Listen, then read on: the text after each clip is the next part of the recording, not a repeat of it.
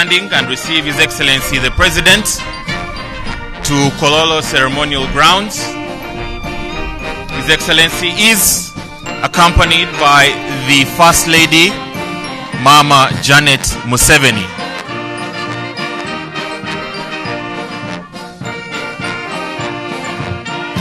The President has concluded inspecting the street guard parade that has been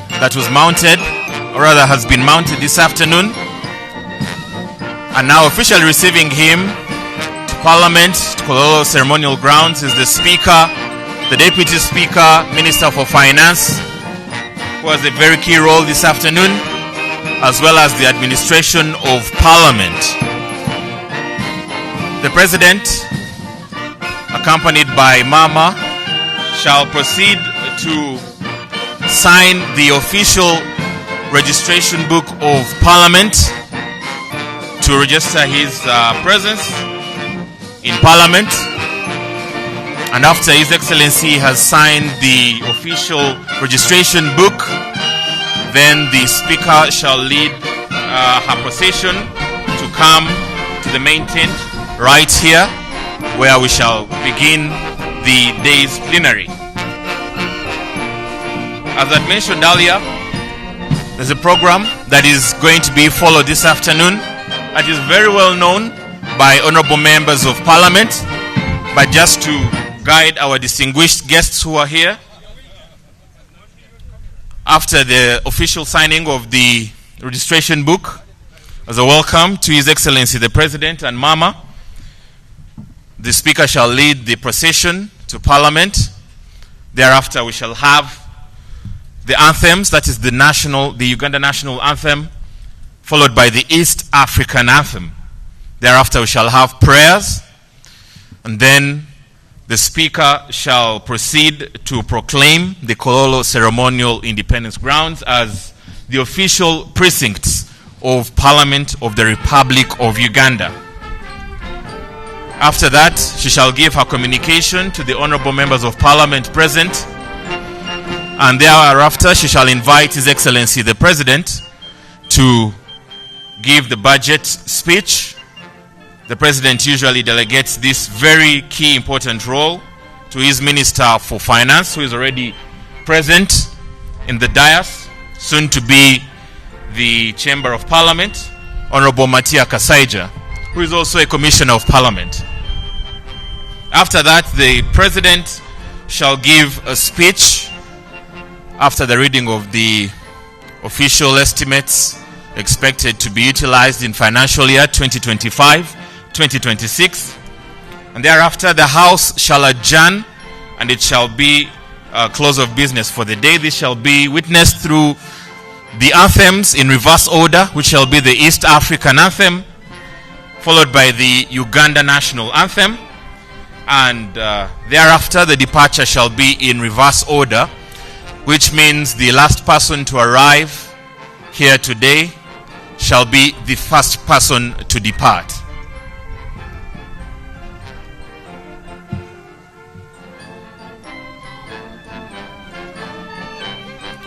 This is the second sitting of the first meeting of the fifth session of the 11th Parliament of Uganda, this Thursday afternoon, the 12th of June 2025. This session is the last session of the 11th Parliament, and the budget we are going to receive has been the last budget that will be utilized within this 11th, the term of this 11th Parliament, but it is the second last budget that is being made by the 11th Parliament. The last will be the budget for the financial year that will come next year, 2026-2027. That means Parliament of Uganda still has another budget to work on. His Excellency has concluded signing in the registration book, and now the Speaker shall bring us into the official business of Parliament. Thank you. Honorable members, His Excellency the President and Madam Speaker.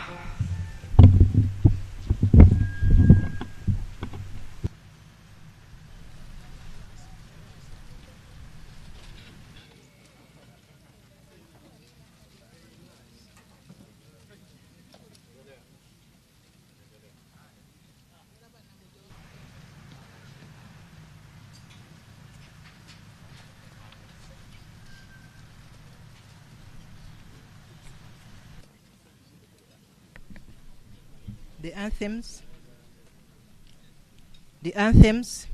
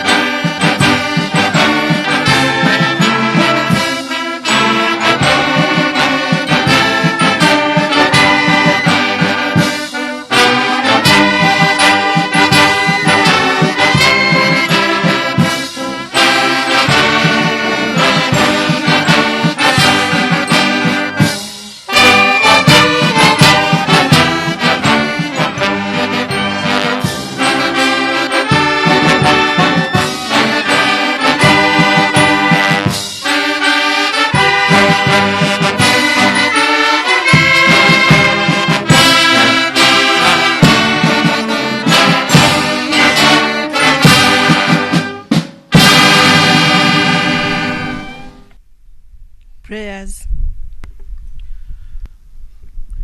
Almighty God, who in your infinite wisdom and providential goodness have appointed the offices of leaders and parliaments for the welfare of society and the just government of humanity, we beseech you to look upon with your abundant favor these your servants, whom you've been pleased to call to the performance of such important trusts in this land. Let your blessing descend upon them here assembled, and grant that they may, as in your presence, treat and consider all matters that shall come under that deliberation, in so just and faithful a manner as to promote your honor and glory, and to advance the good of those whose interests you have committed to the church. Amen.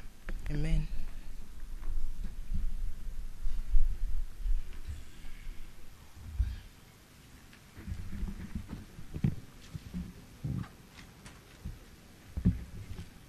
Item number 3, Proclamation by the Right Honourable Speaker of the Parliament of Uganda. Whereas Article 101, Sub-Article 2 of the Constitution of the Republic of Uganda states that His Excellency, the President of the Republic of Uganda, may, in consultation with the Speaker, address Parliament from time to time on any matter of national importance. Aware that His Excellency, the President of the Republic of Uganda, has, in accordance to Article 102, Sub-Article 2, indicated to the Speaker of Parliament his intention to address Parliament and the nation on the national budget for the financial year 2025-2026. Now, therefore, in accordance with Rule 18, Sub-Rule 1 of the Rules of Procedure of Parliament, I hereby proclaim that Parliament shall sit at Kololo Ceremonial Grounds on Thursday, 12th, 2025 at 14 hours to receive the address of His Excellency the President on the national budget for financial year 2025-2026, and the Kololo Ceremonial Grounds to be the precincts of Parliament for the above-mentioned purpose, given under my hand at Parliament House, Kampala, this 12th day of June 2025, signed by Anita Anet Among, Speaker of Parliament. Item number 4, communication from the Chair. Your Excellency, the President of the Republic of Uganda, Yoweri Kaguta Museveni, accompanied by the First Lady, Mama Janet Kataha Museveni, who also doubles to be the Minister of Education and Sports, Her Excellency, the Vice President, retired Major Lupo Jessica Epel, His Lordship, the Honorable Chief Justice, Honorable Chigamoy Alphonse Owinyidolo, the Right Honorable Deputy Speaker of Parliament, Right Honorable Thomas Tayebwa, the Right Honorable Prime Minister and Leader of Government Business, together with your deputies, the Right Honorable Leader of Opposition in Parliament, Honorable Joel Senyonyi, the Cabinet Ministers and Ministers of State, Your Excellency, the Commissioners, Ambassadors and members of the Diplomatic Corps, Honorable Members of Parliament of Uganda and the East African Legislative Assembly, the Vice Chairman of the National Resistance Party, Alhaj Moses Chigongo, members of the Central Executive Committee of NRM Party, the Secretary General of the National Resistance Movement, Right Honorable Richard Trodong, the former national leaders present, traditional and cultural leaders present, the religious leaders who are present here, the Inspector General of Government, IG, Honorable Betty Olive Namisango Kamia, the Chairperson of the Constitutional Commissions, the Head of Public Service and Secretary to Cabinet, Madame Lucy Nachobe, the Auditor General, Mr. Akol Edward, members of the Constitutional Commission, permanent secretaries present, the Chief of Defense Forces, General Muhosi, the Inspector General of Police, Mr. Baz Byakagaba, the Commissioner General of Prisons, Dr. Canon Johnson, the Governor of Bank of Uganda, Dr. Tinyego, distinguished guests, ladies and gentlemen. I welcome you to the second sitting of the 5th session of 11th Parliament. You may recall that last week on 5th June 2025, Parliament hosted His Excellency the President of the Republic of Uganda, General Yoweri Kaguta Museveni, at the official state opening of the 5th session of 11th Parliament, during which His Excellency delivered a remarkable address on the state of nation. I take this opportunity to acknowledge and thank His Excellency the President of the Republic of Uganda for fulfilling his constitutional obligation as enshrined in Article 101, Sub-Article 1 of the Constitution of the Republic of Uganda.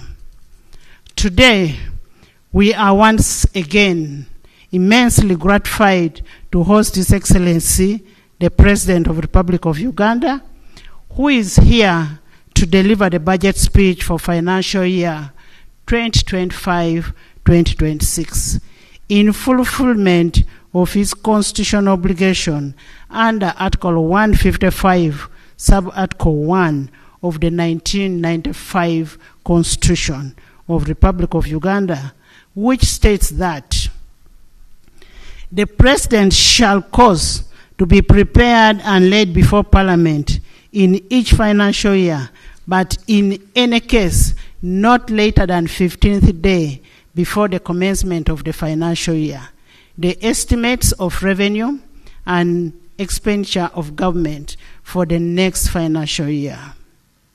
Honorable members, today's budget speech is a culmination of the participatory budget process, which involves various stakeholders as guided by the 1995 Constitution, the Public Finance Management Act 2015, the National Audit Act 2008, the National Audit Act, the Local Government Act 1997. This participatory budget process is an avenue of the citizen involvement in policy decisions, resource prioritization and allocation, and the monitoring of the public expenditure.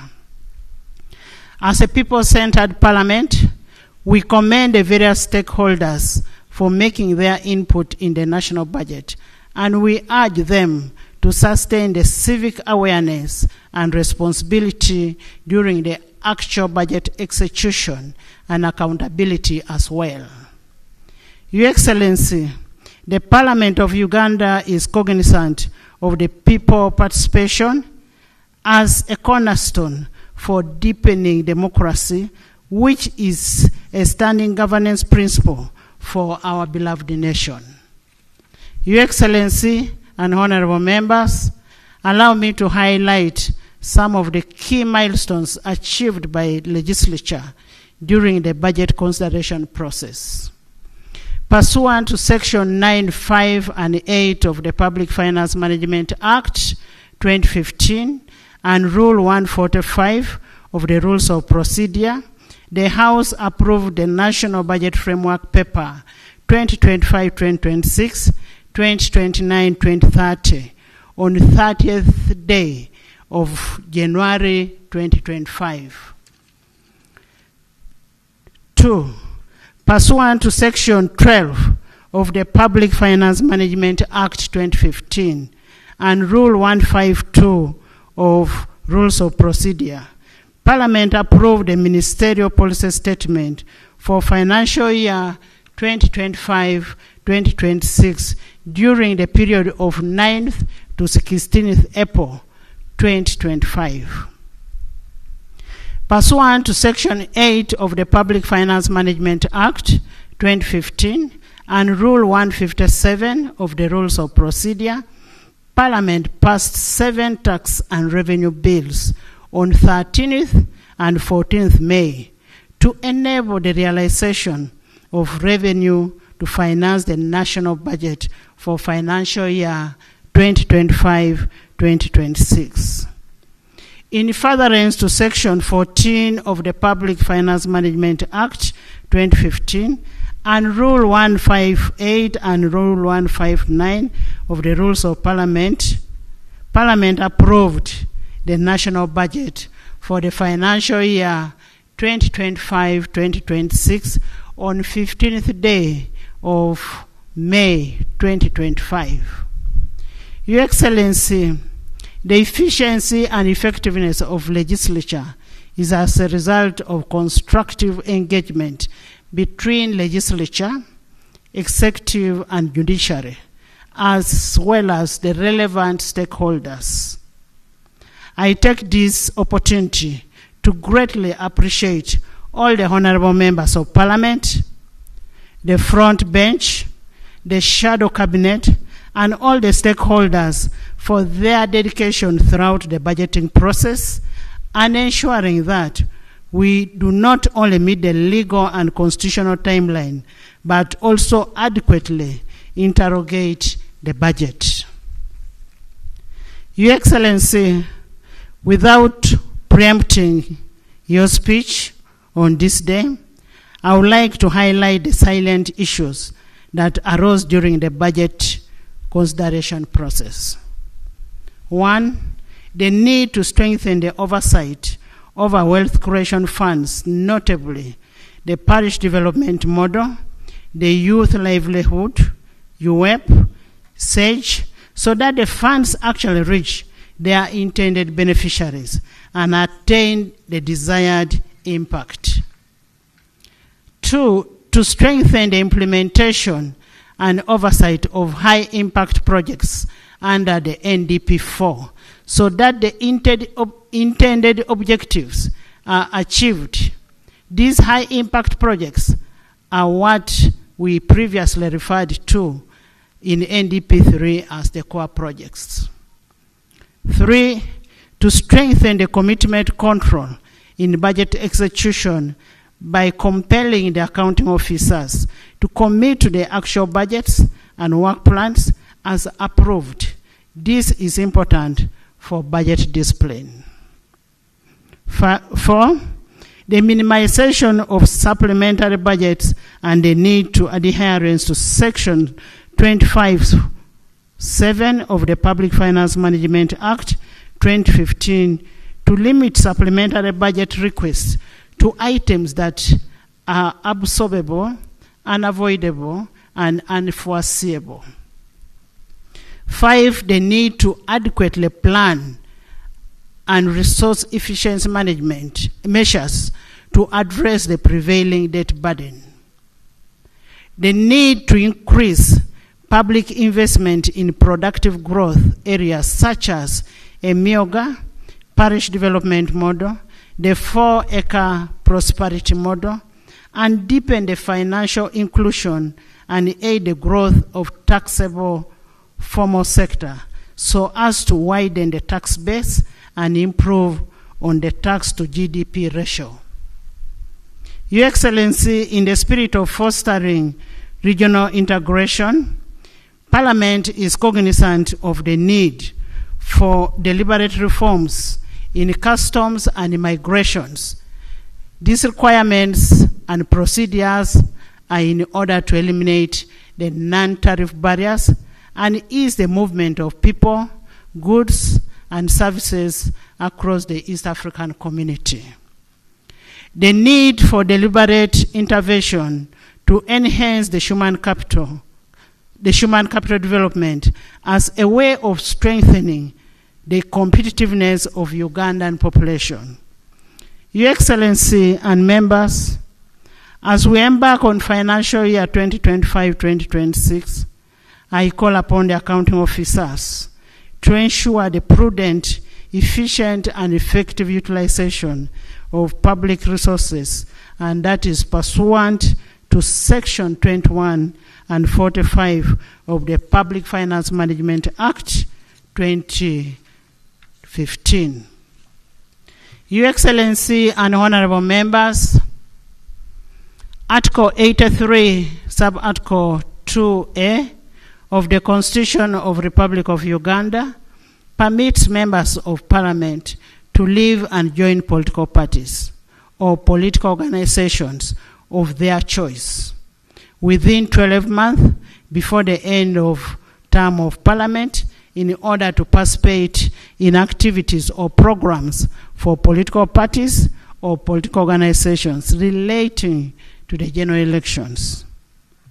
I am in receipt of notification from the following members of Parliament who have left the Forum for Democratic Change, FDC, and opted to join the People Front for Freedom, PFF. Honorable Semuju Ibrahim, MP Kira Municipality. Honorable Kabusu Moses, MP Chamuswa County. Honorable Nakato Asinansi, the woman MP of Hoima City. Honorable Kamara Nicholas Tadeus, MP Kabale Municipality. Honorable Katshabe Atkins Godfrey, MP Bukonjo, County West.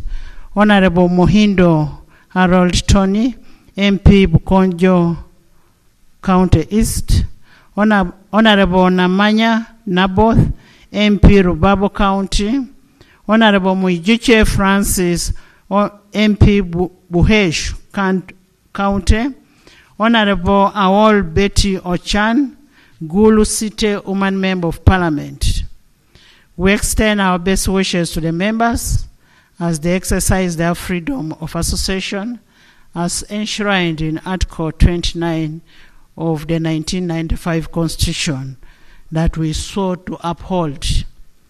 Your Excellency, the President, and honorable members, and distinguished guests, I say all this for God and my country.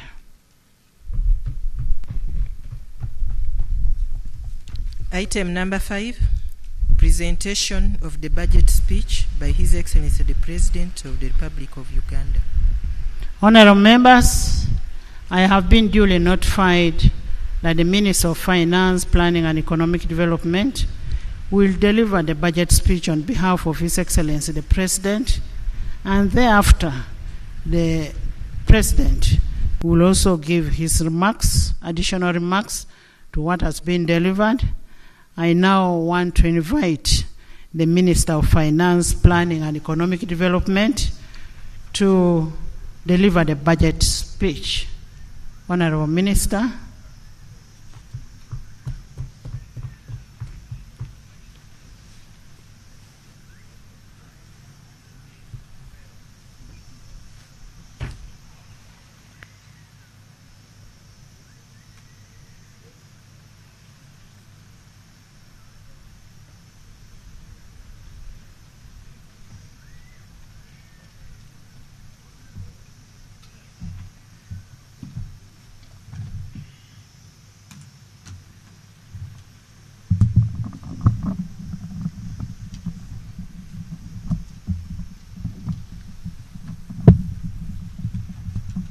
Your Excellency, the President of Uganda,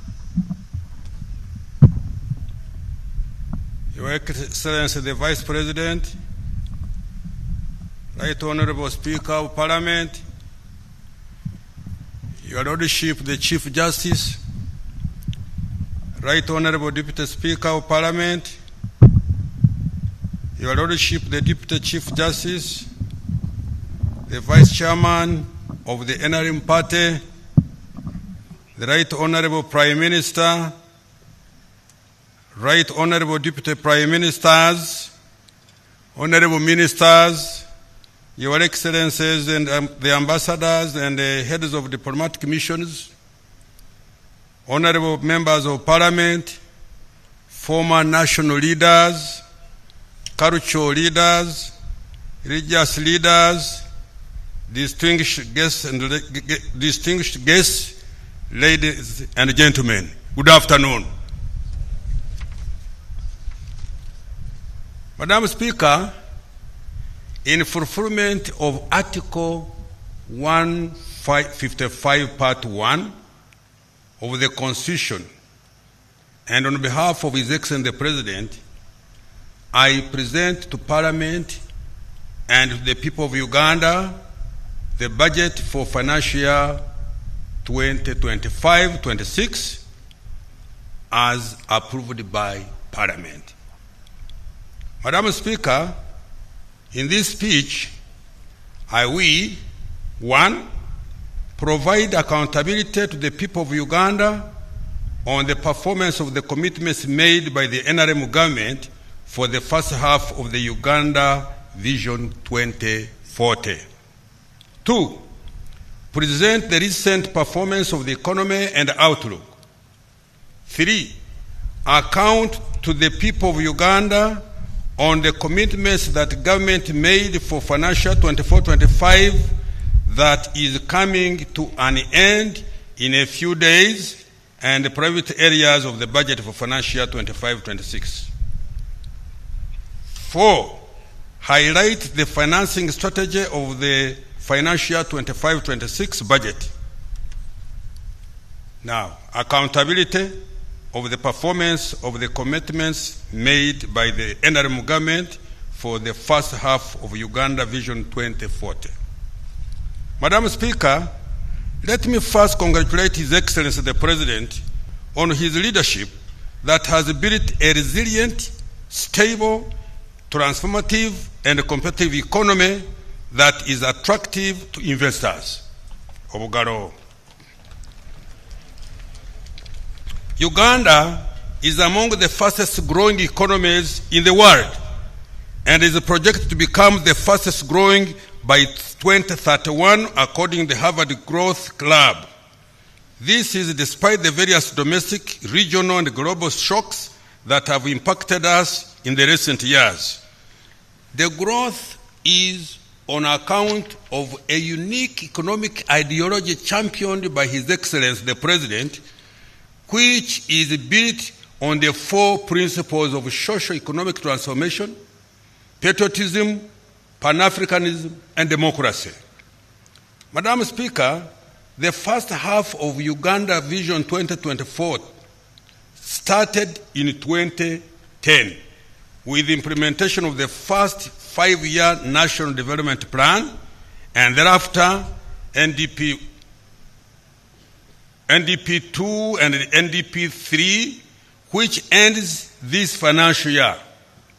The initial years of the NRM government before 2010, we dedicated to restoring sustainable peace, recovering and stabilizing a broken economy, addressing extreme poverty, and implementing reforms that liberalized the economy and created an environment for private sector to flourish. We are now in the phase of socio-economic transformation to facilitate wealth creation and prosperity. Your Excellency, I thank and commend you for this.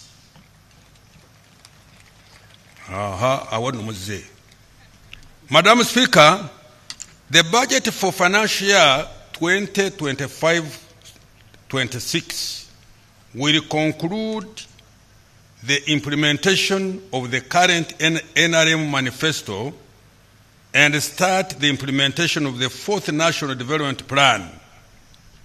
For the next 15 years, the successive national development plans will implement the 10-fold economic growth strategy. This strategy aims to expand the size of the economy to US dollars 500 billion by 2040 from US dollars 61.3 billion estimated this financial year 24-25. Madam Speaker, over the accountability period, government has undertaken targeted investments that have built a firm foundation and strengthened the resilience of our economy. I wish to highlight the following achievements.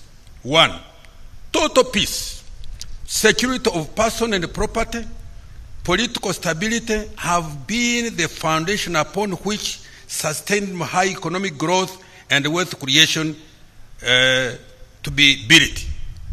2, the economy more than tripled to shillings 226.3 trillion Uganda shillings, equivalent to US dollars 61.3 billion this financial year 24-25, from shillings 64.8 trillion, equivalent to US dollars 27.9 billion in financial 2010-2011. In March 2024, Uganda met the criteria for graduation from the category of least developed countries. Let me repeat this.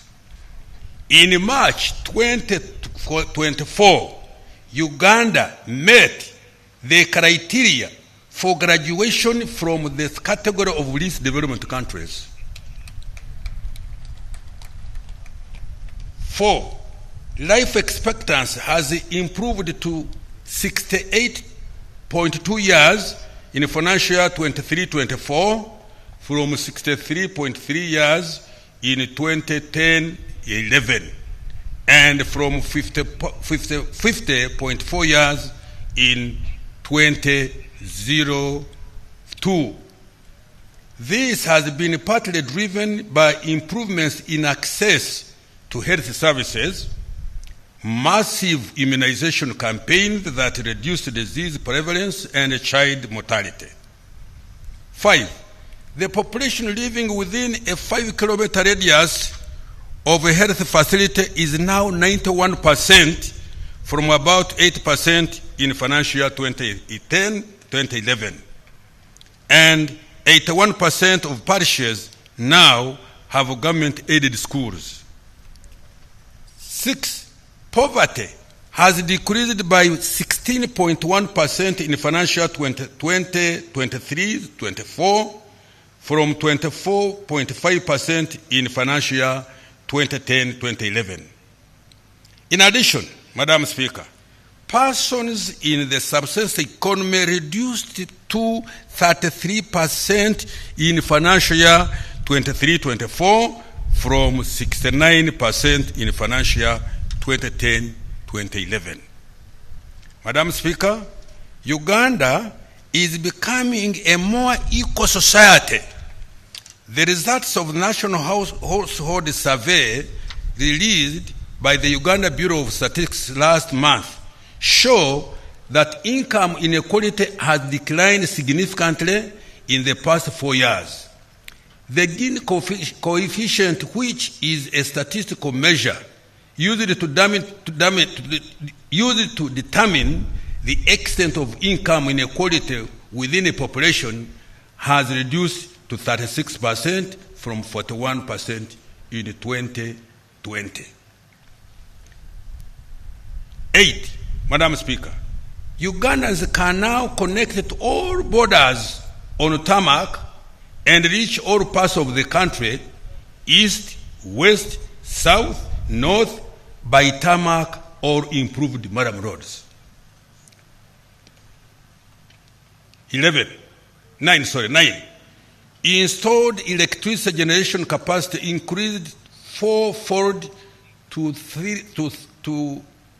2,051 megawatts in financial year 23-24 from 595 megawatts in financial year 2010-2011. Consequently, the proportion of the population with access to electricity increased fivefold to 57% in financial year 23-24 from 11% in financial year 2011. The percentage of the population subscribed to the internet rose to 53% in 2022 from 1.8% in 2010, and the national ICT backbone infrastructure extended to 4,300 kilometers in financial year 22-23 from 1,380 kilometers in financial year 2010-2011. The economy has diversified from the traditional 3 C's, which are coffee, cotton, copper, and 3 T's, which are tobacco, tea, and tourism, to a more sophisticated economy.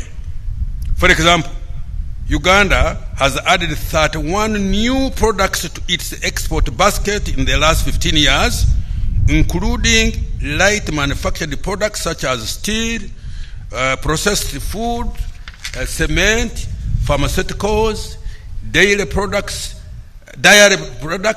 ceramics, and clothes.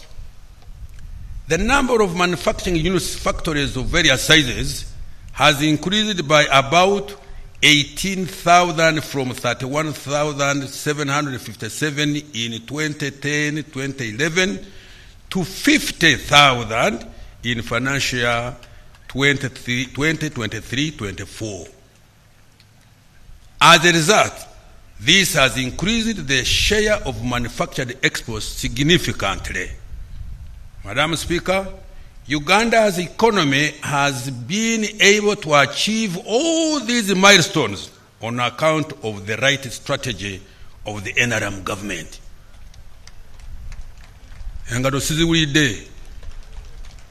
Let me repeat. Madam Speaker, Uganda's economy has been able to achieve all these milestones on account of the right strategy of the NRM government. Madam Speaker, since the necessary foundation has already been established by intentionally prioritizing investments in infrastructure, the speed of economic transformation is destined to be faster in the medium term. Madam Speaker, the budget for next financial year and over the medium term is focused on people and wealth creation. Consequently, the theme of the next financial year 25-26 remains full monetization of Uganda's economy through commercial agriculture, industrialization, expanding and broadening services, and digital transformation and market access. Recent economic performance and outlook. Madam Speaker, our economy has strengthened its resilience to domestic and external shocks and is estimated to grow by 6.3% this financial year 24-25. This is after recording growth of 8.6% in the third quarter of this financial year. Last financial year, 23-24, the economy grew by 6.1%. In nominal terms, the size of the economy is estimated at shillings 226.3 trillion, equivalent to US dollars 61.3 billion in financial year 24-25, rising from shillings 203.7 trillion, equivalent to US dollars 53.9 billion in financial year 23-24. This is equivalent to US dollars 174.2 billion in purchasing power parity terms. My economists will tell you what that means. 12. Madam Speaker, this growth has broad-based, including this growth was broad-based, including in agriculture, industry, and services like ICT. This was on account of continued implementation of government interventions and sound fiscal and monetary policies that have supported private sector investment. Madam Speaker, the impressive economic performance has been driven by His Excellency the President's commitment and deliberate investment in wealth creation initiatives. I thank His Excellency the President for setting the tone and for providing leadership and direction. Madam Speaker, government has invested over shillings 9 trillion in key wealth creation initiatives over the last 10 years.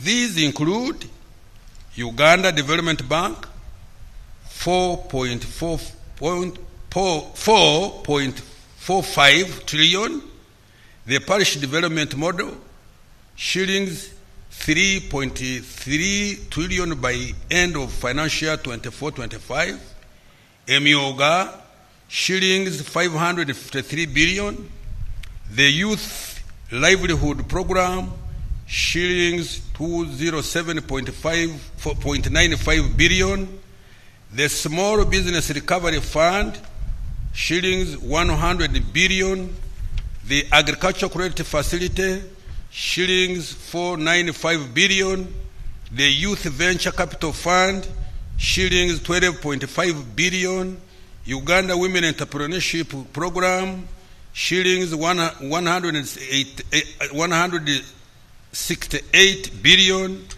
The Invite Project, shillings 800 billion. The Grow Project, shillings 824 billion. And Uganda Development Corporation, 1.2 trillion, among others. Madam Speaker, the economy is expected to grow faster by at least 7% next financial year, 25-26, and to double digits at the onset of oil and gas production. The size of the economy is projected to expand to shillings 254.2 trillion, equivalent to US dollars 66.1 billion in financial year 25-26. This will translate into a higher GDP per capita of US dollars 1,000. Let me repeat this.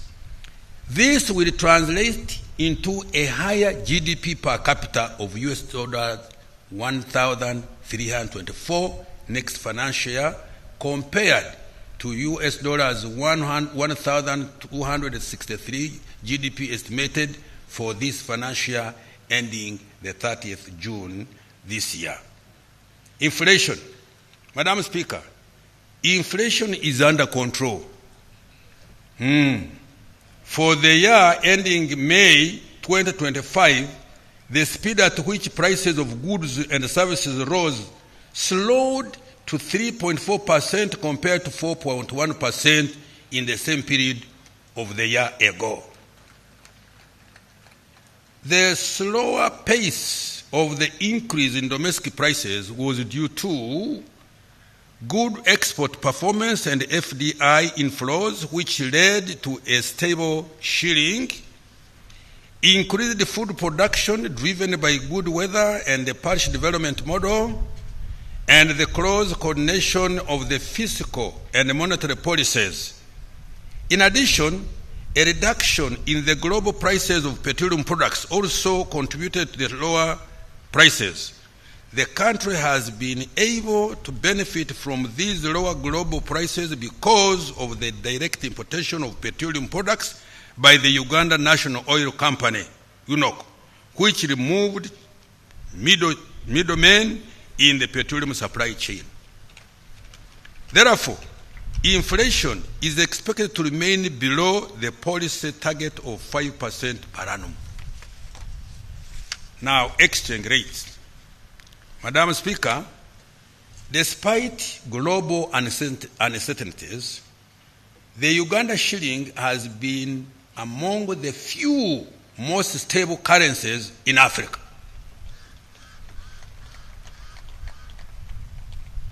Can I repeat? Madam Speaker, despite global uncertainties, the Uganda shilling has been among the few most stable currencies in Africa.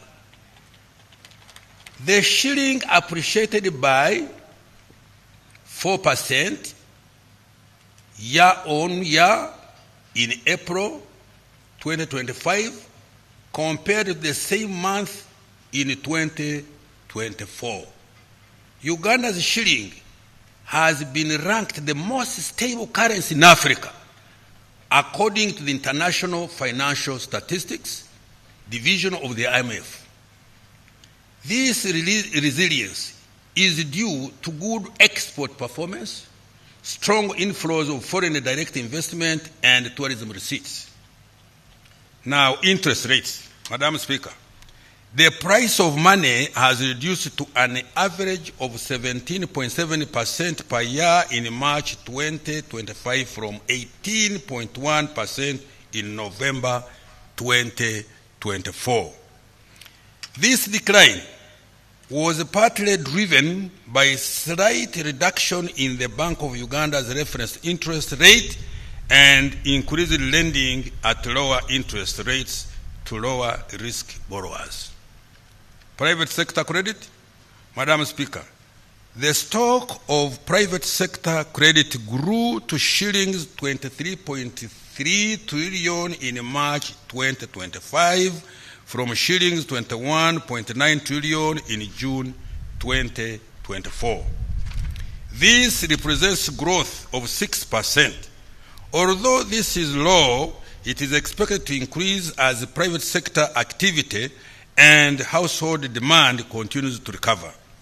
Madam Speaker, contrary to conventional economics that government borrowing crowds out private sector credit, Uganda's government borrowing has instead availed cheaper and patient capital to the private sector engaged in wealth creation initiatives.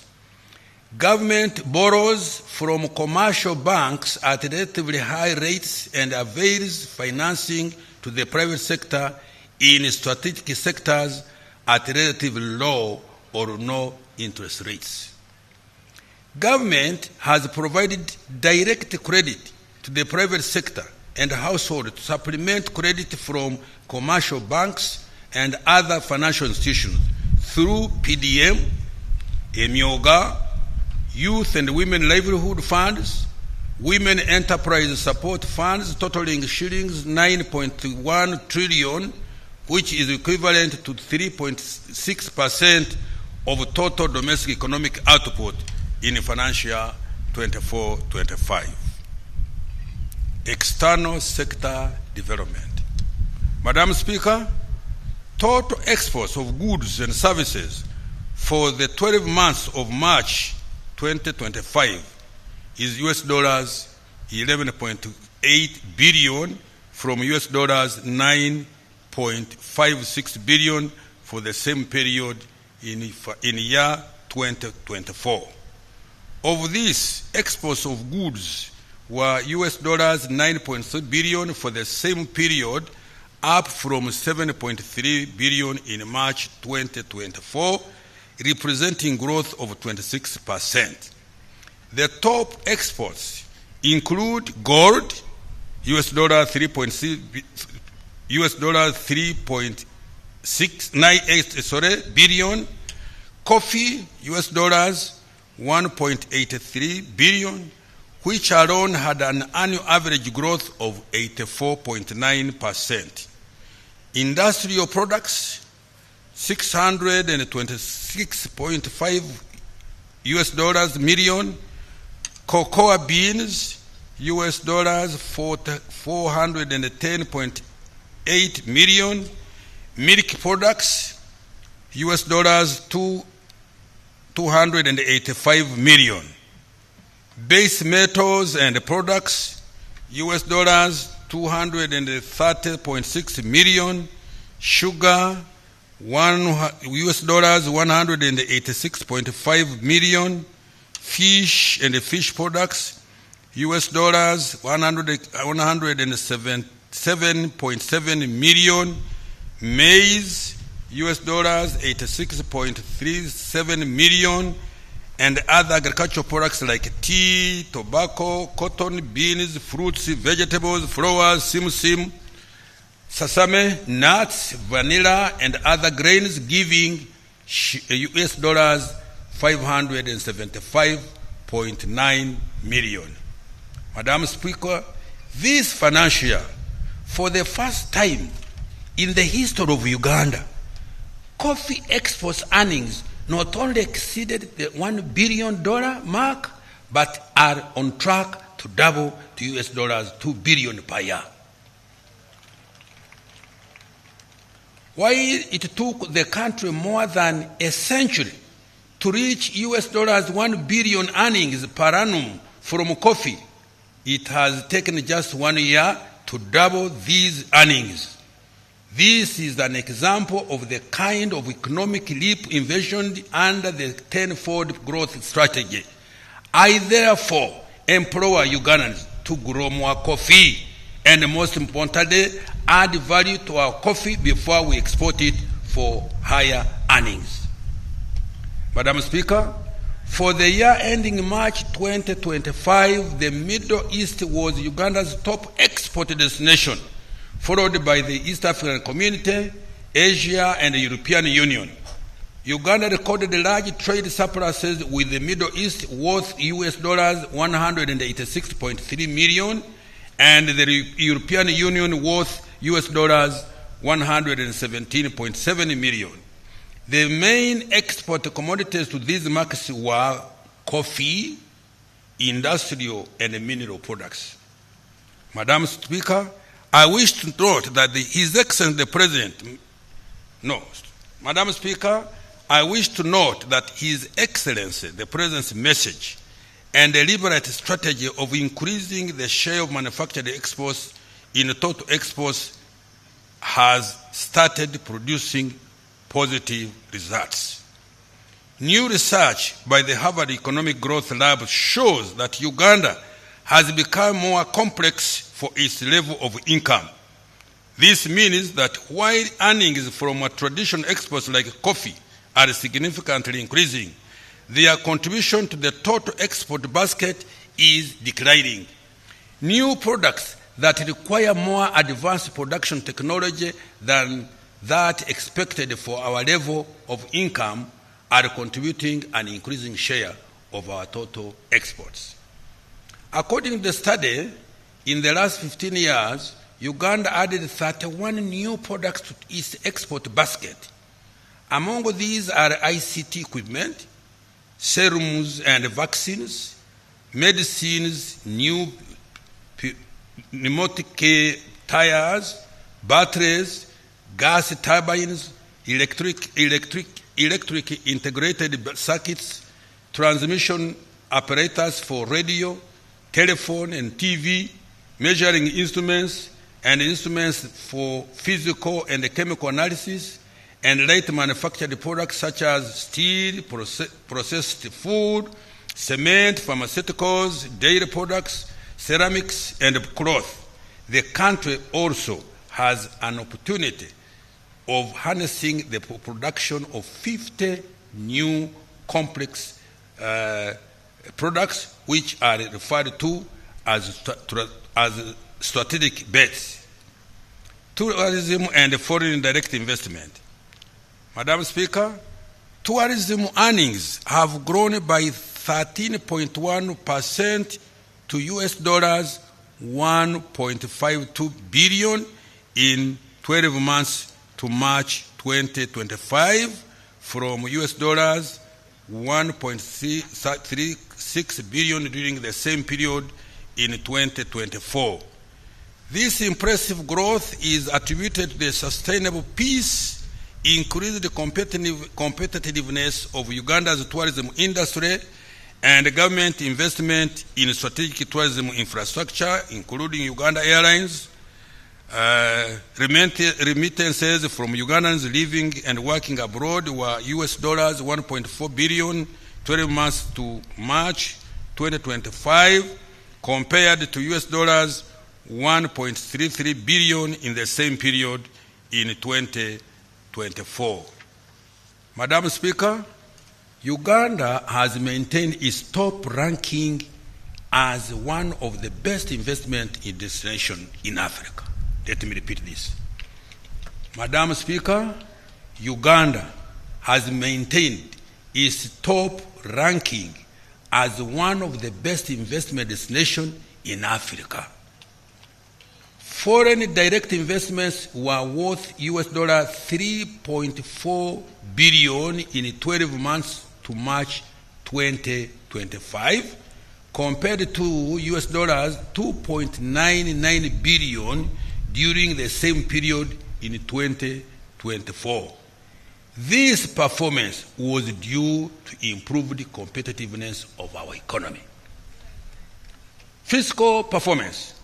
Madam Speaker, revenue collection is projected at shilling 31.9 trillion this financial year ending June 2025, equivalent to about 14.3% of total domestic economic output or GDP.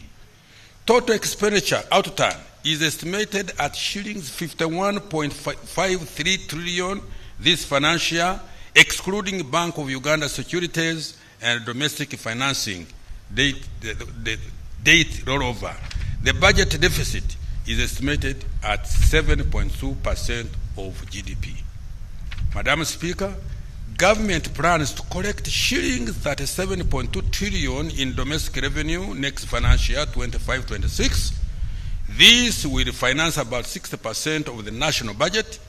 The rest of the budget will be financed through borrowing and grants. Madam Speaker, government has stepped up efforts to mobilize domestic revenue. Going forward, emphasis will be put on the following. 1. Broadening the tax base through strategic investment in the opportunities in agro-industry, tourism, minerals, including oil and gas, science, technology, and innovation, including ICT, as well as interventions that support wealth creation and the growth of small and medium enterprises. Eliminating corruption at URA through punishing corrupt officers and taxpayers who collude with URA staff, as well as leveraging digital platforms to minimize human interaction. 3. Enhancing implementation of electronic fiscal receipting and invoicing solutions, which is Proclamation EFRIS, digital tax stamps, rental tax solution, and regular audits, especially for transfer pricing. Combating smuggling at border points through extended surveillance using advanced technologies like scanners, drones, and tracking systems with increased patrols in high-risk areas. Rationalizing tax exemptions to focus on only those that support industrial policy and introducing sunset clauses. Amending tax laws to close loopholes that cause revenue leakage and providing clarity to encourage voluntary compliance. Strengthening URA in including recruitment and training of tax officers to effectively administer tax collection, and supporting local governments and revenue generating public entities to increase revenue collection. Accountability for financial 24-25 and priorities for the financial 20-25-26. Madam Speaker, when I delivered the budget speech for financial 24-25, I made several commitments on government expenditure priorities for the financial year. In February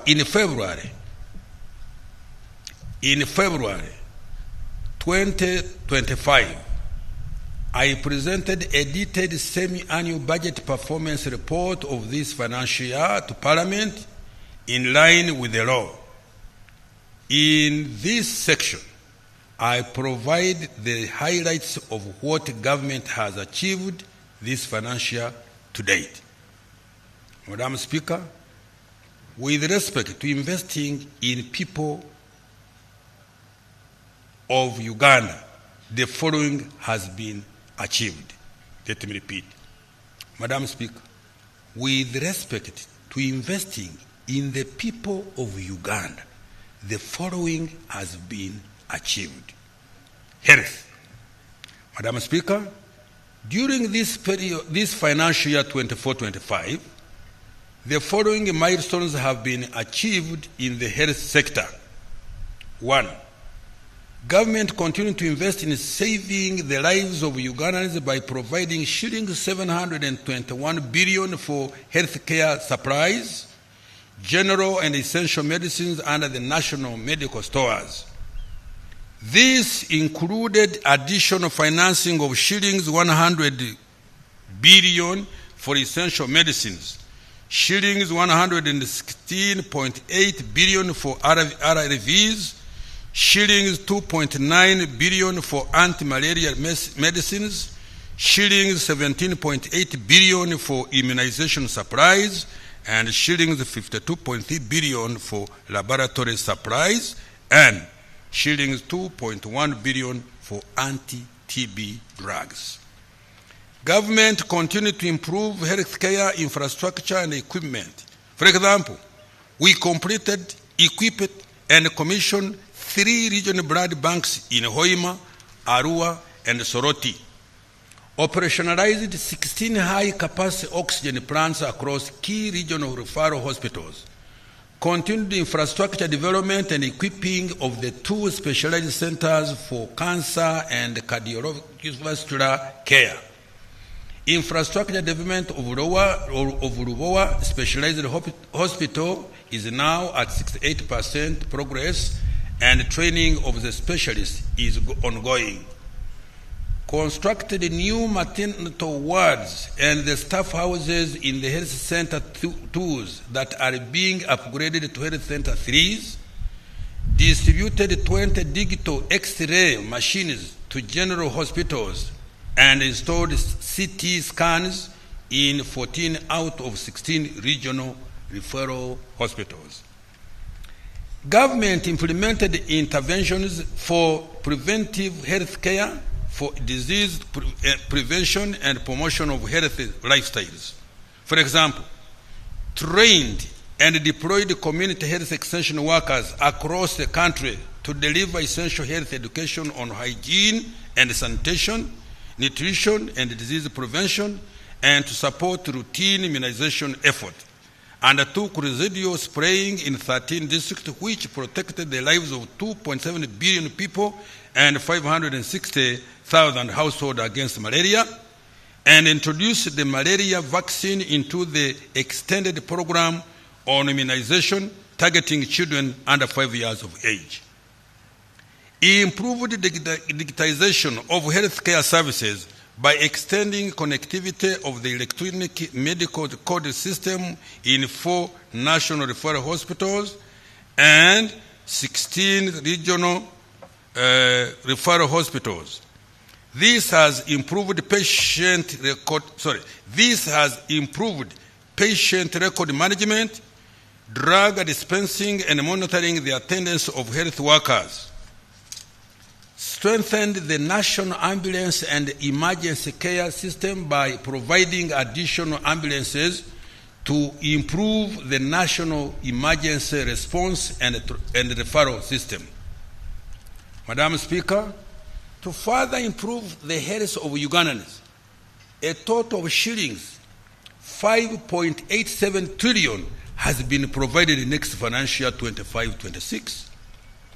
The priority intervention will include 1, functionalizing health centers 4, 2, strengthening primary health care and community health services, 3, scale up of national e-health infrastructure, 4, promotion of nutrition and education and reproductive health, 5, continued deployment of community health extension workers, 6, strengthening the national ambulance and emergency referral system, and 7, construction of specialized health facilities for cancer and cardiovascular care. Now, education. Madam Speaker, the following milestones have been achieved in the education sector. 1, provided access to universal primary education for 9.2 million learners and 905,116 learners under universal secondary education. Minister, for record, it is 9.52. Oh, 4.52. Well, my officers have misled me. And I close that one.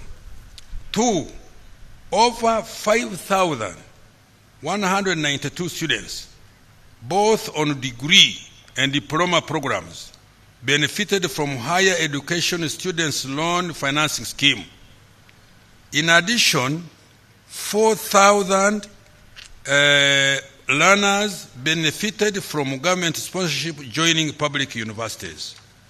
3, a total of 166 seed schools have been constructed under the UGFIT program. 4. In preparation for Chan and ACFON 27, government has so far spent shillings 496.8 billion for the construction of Hoima and Akibua stadia, as well as the associated training facilities across the country.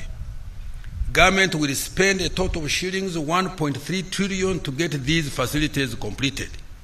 In addition, Mandela National Stadium has been upgraded, and government commissioned the National High Altitude Training Center, Teriyet, in Kapchorwa. In order to improve compliance with quality standards, government digitalized school inspections in all public schools and certificate awarding technical, vocational, education and training institutions.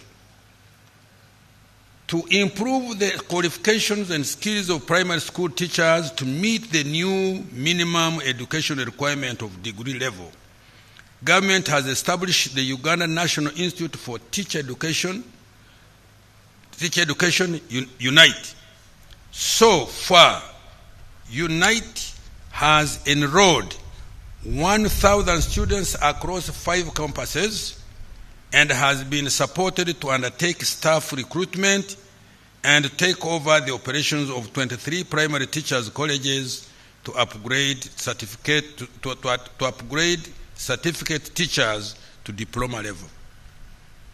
Rolled out the abridged A-level curriculum to implement the competence-based curriculum for A-level.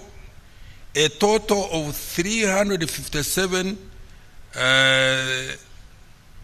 120 learners successfully completed the 4-year cycle under the new lower secondary educational curriculum and are transitioning to the new A-level curriculum. Implemented the TVET reform to increase industry participation in TVET training and delivery. A new TVET Council, Sector Skills Council, and the Secretariat have been established with representation from various sectors. Madam Speaker, next financial year, I have provided 5.04 trillion for priority interventions, which include 1. Continuing to provide free education to Ugandans under UPE, USE, and universal post-O-level education and training. 2. Providing sponsorship and student loans for higher education. 3. Rehabilitation of 120 traditional secondary schools and 31 special need primary schools. 4. Construction of 106 new seed schools and expansion of 61 existing secondary schools. 5. Recruitment of more teachers and non-teaching staff. 6. Strict enforcement of teachers and learners inspection across the country using an electronic system. 7. Providing textbooks and instructional materials to improve the textbook to student ratio to 1.3 from the current 1 to 1.5. Operationalization of Bunyoro and Busoga universities and completion of the ongoing construction of stadia and training facilities ahead of Chan and AFCON 27, as I've said before. Social protection. Madam Speaker, to keep our senior citizens healthy and to actively participate in socio-economic activities, government has divided shillings 811 billion, benefiting 702 older persons across the country under the social assistance grants for the elderly program, SAGE. In addition, 1,741 older persons group enterprises have been funded with government grants worth 5.5 billion. benefiting 11,644 older persons under the Special Enterprise Grant for Older Persons Program, SEGOP. Other social protection intervention which government has supported include the following: Youth Livelihood Program, a total of 24,228 youth enterprises have been funded to the tune of 191.336 billion, benefiting 274,211 youth. 271,211. That's I have read it wrong. Let me repeat. 271,211 youth. The enterprises are in agriculture, 30%, trade, 38%, trade, 32%, other services, 19%, and others, 11%. Uganda Women Entrepreneurship Program, WEP. Government has financed 21,948 women group enterprises, benefiting 235 million, 114 women. National Special Grant for Persons with Disability to address high vulnerability and poverty levels among persons with disability. Government has supported 8,107 enterprises, benefiting to 50,900 person. 59,901. 59,901 persons with disabilities. Madam Speaker, I have provided an additional shillings 404.9 billion for social protection next financial year 2025-26. Water, sanitation, and environmental protection. Madam Speaker, to improve the quality of life, government continues to invest in the provision of safe water, improve sanitation, and ensure protection of the environment. These include the following. 1. Villages in Uganda with at least one safe water source have remarkably increased to 8 out of every 10 villages. Nationwide, 57,951 villages out of 71,225 have been served with a safe water source. 2. Completed construction of 259 medium and large solar-powered water supply and sanitation systems and gravity flow schemes across the country. 3. Construction of 42 large solar-powered water supply systems is ongoing in Agago, Yumbe, Amudat, Kabong, Kasese, Kakumiro, Sembabule, Kisoro, Rubanda, Mbulamuti, Bulambuli, Kyenkwanzi, Mubende, Kyegegwa, Buyende, Nakaseke, Namayingo, Rakai, and Buvuma. With regard to clean water, construction of pipe-to-town water supply systems is ongoing in 32 towns. These include Namasale,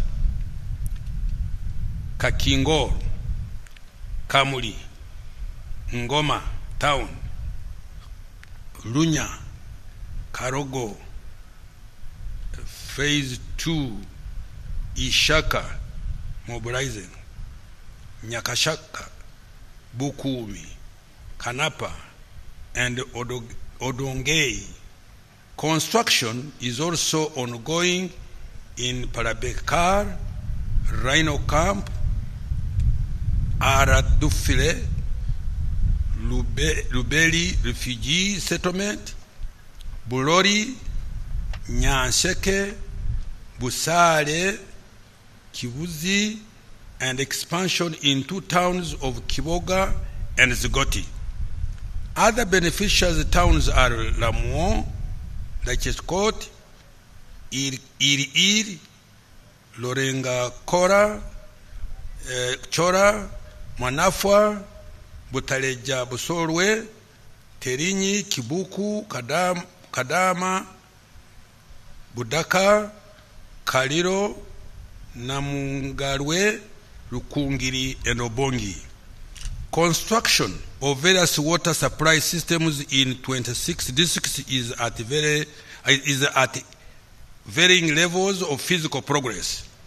These include Manafwa Town Council and installation of solar packages that is ongoing in Loslang, Kasawo, Phase 1, Kaburawizi, Phase 1, Bukumi, Burangira, and Kievando, Kasimbi, and Busale town.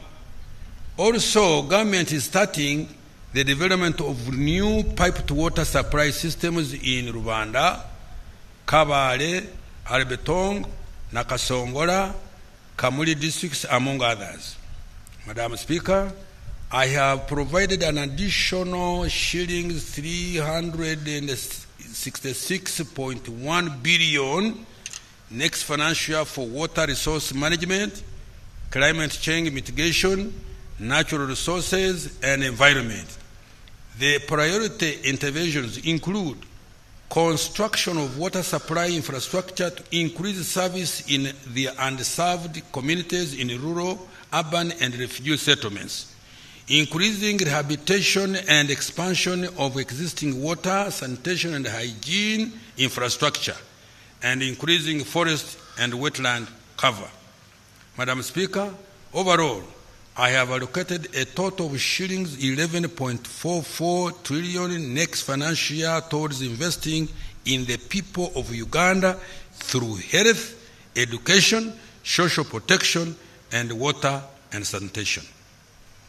Now, wealth creation programs. Madam Speaker, wealth creation programs have proved effective in integrating lower-income Ugandans into the economy. As already reported, poverty and inequality have reduced thanks to the following opportunity equalizing initiatives that government has implemented. Parish development model.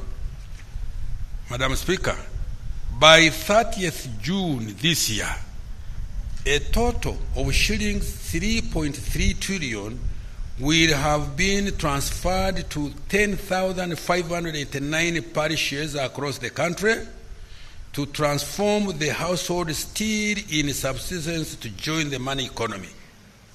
Each parish gets shillings 100,000 per year. So far, the PDM funds have reached 2.63 million beneficiaries in all districts and parishes. The beneficiaries have invested 45% of the money in cash and food crops such as maize, cassava, onions, bananas, and Irish potatoes, 36% in livestock such as piggery, goats, beef cattle, dairy cattle, and sheep, 20% in poultry, and 6% in other enterprises. These investments are changing the lives of Ugandans by boosting household incomes, enhancing food security, and creating employment opportunities at local level countrywide. Madam Speaker, PDM operations have been fully digitized to ensure secure and smooth flow of the government grants directly from the National Treasury to the beneficiaries. Government using the National Identification Number, NIN, and the PDM information system to identify the beneficiaries the Wendy application to send the money, and the Zaidi application to monitor and ensure that the money goes to the right beneficiaries and that they are using it to finance the right enterprises. This has enhanced efficiency and convenience in access and helped to reduce corruption in the PDM operations. Effective next year, every parish chief will make use of the PDMs to prepare an annual report on the state of their parish economy and asset register, the SPEAR report. This report will enable tracking of progress towards full monetization of the economy for every parish.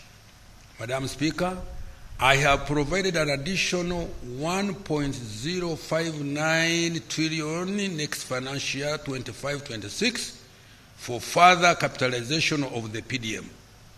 This will avail an additional shillings 100 million per parish for households that have not yet benefited from the PDM. Government has also provided money to pay for the bank charges to ensure that beneficiaries receive the full amount of shillings 1 million each. Government is also providing a grant of 500,000 shillings for persons with disability over and above the loan of 1 shilling million to cater for the additional access requirements. Madam Speaker, in order to add value to and guarantee markets for PDM outputs, government has stepped up investment in agro-industry through vertical and horizontal value addition. This is targeting production of higher value multi-input products such as nutritional foods, baby foods that use several products like milk, eggs, and maize, and fruits and vegetables. Now, agricultural credit facility. Madam Speaker, government has injected a total of shillings 413.4 billion in the SEF since its establishment in 2010. In partnership with the participating financial institutions that match the government contribution, this facility has so far provided over 1 trillion in low-interest loans by the end of March 2025 to support agricultural productivity, commercial farming, and agricultural value addition. The SF has so far supported 14,336 beneficiaries, of whom 3,531 are smallholder farmers. The loans have financed the following: grain trading, shillings 431.4 billion, 43%. On farm activities, shillings 312.8 billion, 32%. Agro-processing, 166.8 billion, 16%. And post-harvest management, shillings 89 billion, which is 9%. Madam Speaker, I have provided additional capital for the SEF of shillings 50 billion next financial year 25-26. This is in addition to the agricultural insurance that benefits all farmers, including PDM beneficiaries. Uganda Development Bank. Madam Speaker, government has cumulatively capitalized UDB to the tune of shillings 1.5 trillion to support industrialization, agricultural commercialization, and acquisition of appropriate technologies to increase productivity. UDB has so far achieved the following. 1. UDB has provided shillings 2.45 trillion to 607 businesses engaged in commercial agriculture, agricultural value addition, manufacturing, tourism, hospitality, education, health services, creatives, and construction industry, and as at the end of December 2024. 2. Businesses supported by UDB have created 55,553 jobs, generated out of value of shillings 23 trillion, contributed shillings 944.2 billion in taxes, generated an equivalent of shillings 3.3 trillion in forex earnings, and shillings 3.15 trillion in profits for the private sector businesses supported. UDB has implemented special programs targeting small and medium enterprises and youth and women-owned businesses engaging in wealth creation. This has been done through provision of business development and incubation services. In order to ease access, UDB is opening up regional offices and has supported wealth creation enterprises in 96 districts across all the sub-regions. Madam Speaker, I have now provided an additional shillings 1 trillion for UDB next financial year. We turn to Emyoga. Madam Speaker, in order to boost incomes of Ugandans engaged in specialized trades, Emyoga, particularly in urban and peri-urban centers, government has so far provided a total of shillings 660 billion. This has benefited a total of 2.4 million Ugandans in creating 471,000 jobs and kick-starting a new local economy in value-added enterprises such as winemaking, carpentry, coffee value addition, metal fabrication, tailoring, artisanal products, mechanics, women in markets, restaurants, and services like hair and beauty salons and transport, among others.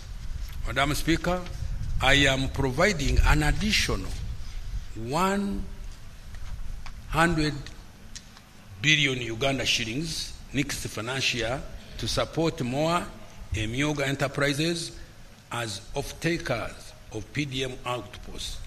Following enactment of new TVET Act, government will support certification and issuance of practicing permits to competent practitioners benefiting from the Emyoga program. Small Business Recovery Fund, Madam Speaker.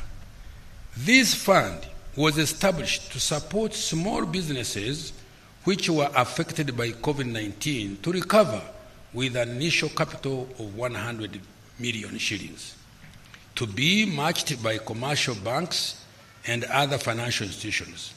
The funding from the SBRF has enabled 3,496 micro, small, and medium enterprises to recover from the effects of COVID-19, saving over 26,672 jobs in the sectors of trade and commerce, hospitality, and education and construction. Madam Speaker, in order to accelerate full monetization of the economy through various wealth creation programs, I have provided shillings 3.05 trillion next financial year, 2025/26. These funds are going to be passed. 2.3 trillion. Next it is shillings 3.05 trillion. These funds are going to be passed on to Ugandans in wealth creation through PDM, shillings 1.059 trillion, Emyoga, shillings 100 billion, UDB, shillings 1 trillion, Uganda Development Corporation, shillings 187.1 billion, and the Agricultural Credit Facility, shillings 50 billion. Other include generating growth opportunities and productive for women enterprise. 231.3 billion, invite investment for industrial transformation and empowerment. Shillings 275.1 billion, presidential zonal industrial hubs and skilling initiatives. Shillings 58.5 billion to turn youth into manufacturers and support to microfinance. Shillings 48.5 billion. Agro-industrialization. Madam Speaker, the interventions in agro-industrialization this financial year and next financial year have prioritized research, increase in productivity, commercialization, and value addition in agriculture. Madam Speaker, some of the key achievements in this financial year include: 1. Research and genetics development of selected value chains. The National Animal Genetic Resource Center and the Data Bank has introduced superior animal genetic resources for breeding, multiplication, and distribution to farming households under PDM. NARO has completed the manufacturing facility for anti-tick vaccines at Nakisesa in Wakiso district with the capacity to produce over 20 million doses of the anti-tick vaccine per year. NARO has also developed agricultural technologies that increase productivity, such as water-saving cultivation technology, drought-resistant varieties, and integrated pest, disease, and weed control technologies, among others. Research in coffee by Nakori has contributed to increased national coffee production, productivity, and export earnings. Increasing agricultural production and productivity. The capacity of water for irrigation has increased to 54.76 million cubic meters. This is on account of government investment in small and large irrigation systems, including solar-powered irrigation. In particular, 7 large-scale irrigation schemes have been completed. These include Ngenge in Kwene district, Luengaju in Kabarole, Tochi in Oyam, Mobuktu in Kasese, Olwenyi in Kira, Lira, Doho 2 in Butareja, and Wadlei in Pakwach. Another 3 irrigation schemes are currently under construction. These are Akomai in Bukedia district, Atari in Kweni Bulambuli district, and Namatala covering Budaka, Mbale, Butaleja districts. Madam Speaker, another 142 solar-powered irrigation and water supply schemes have been completed across the country. In addition, 157 solar-powered irrigation and water supply schemes are under construction.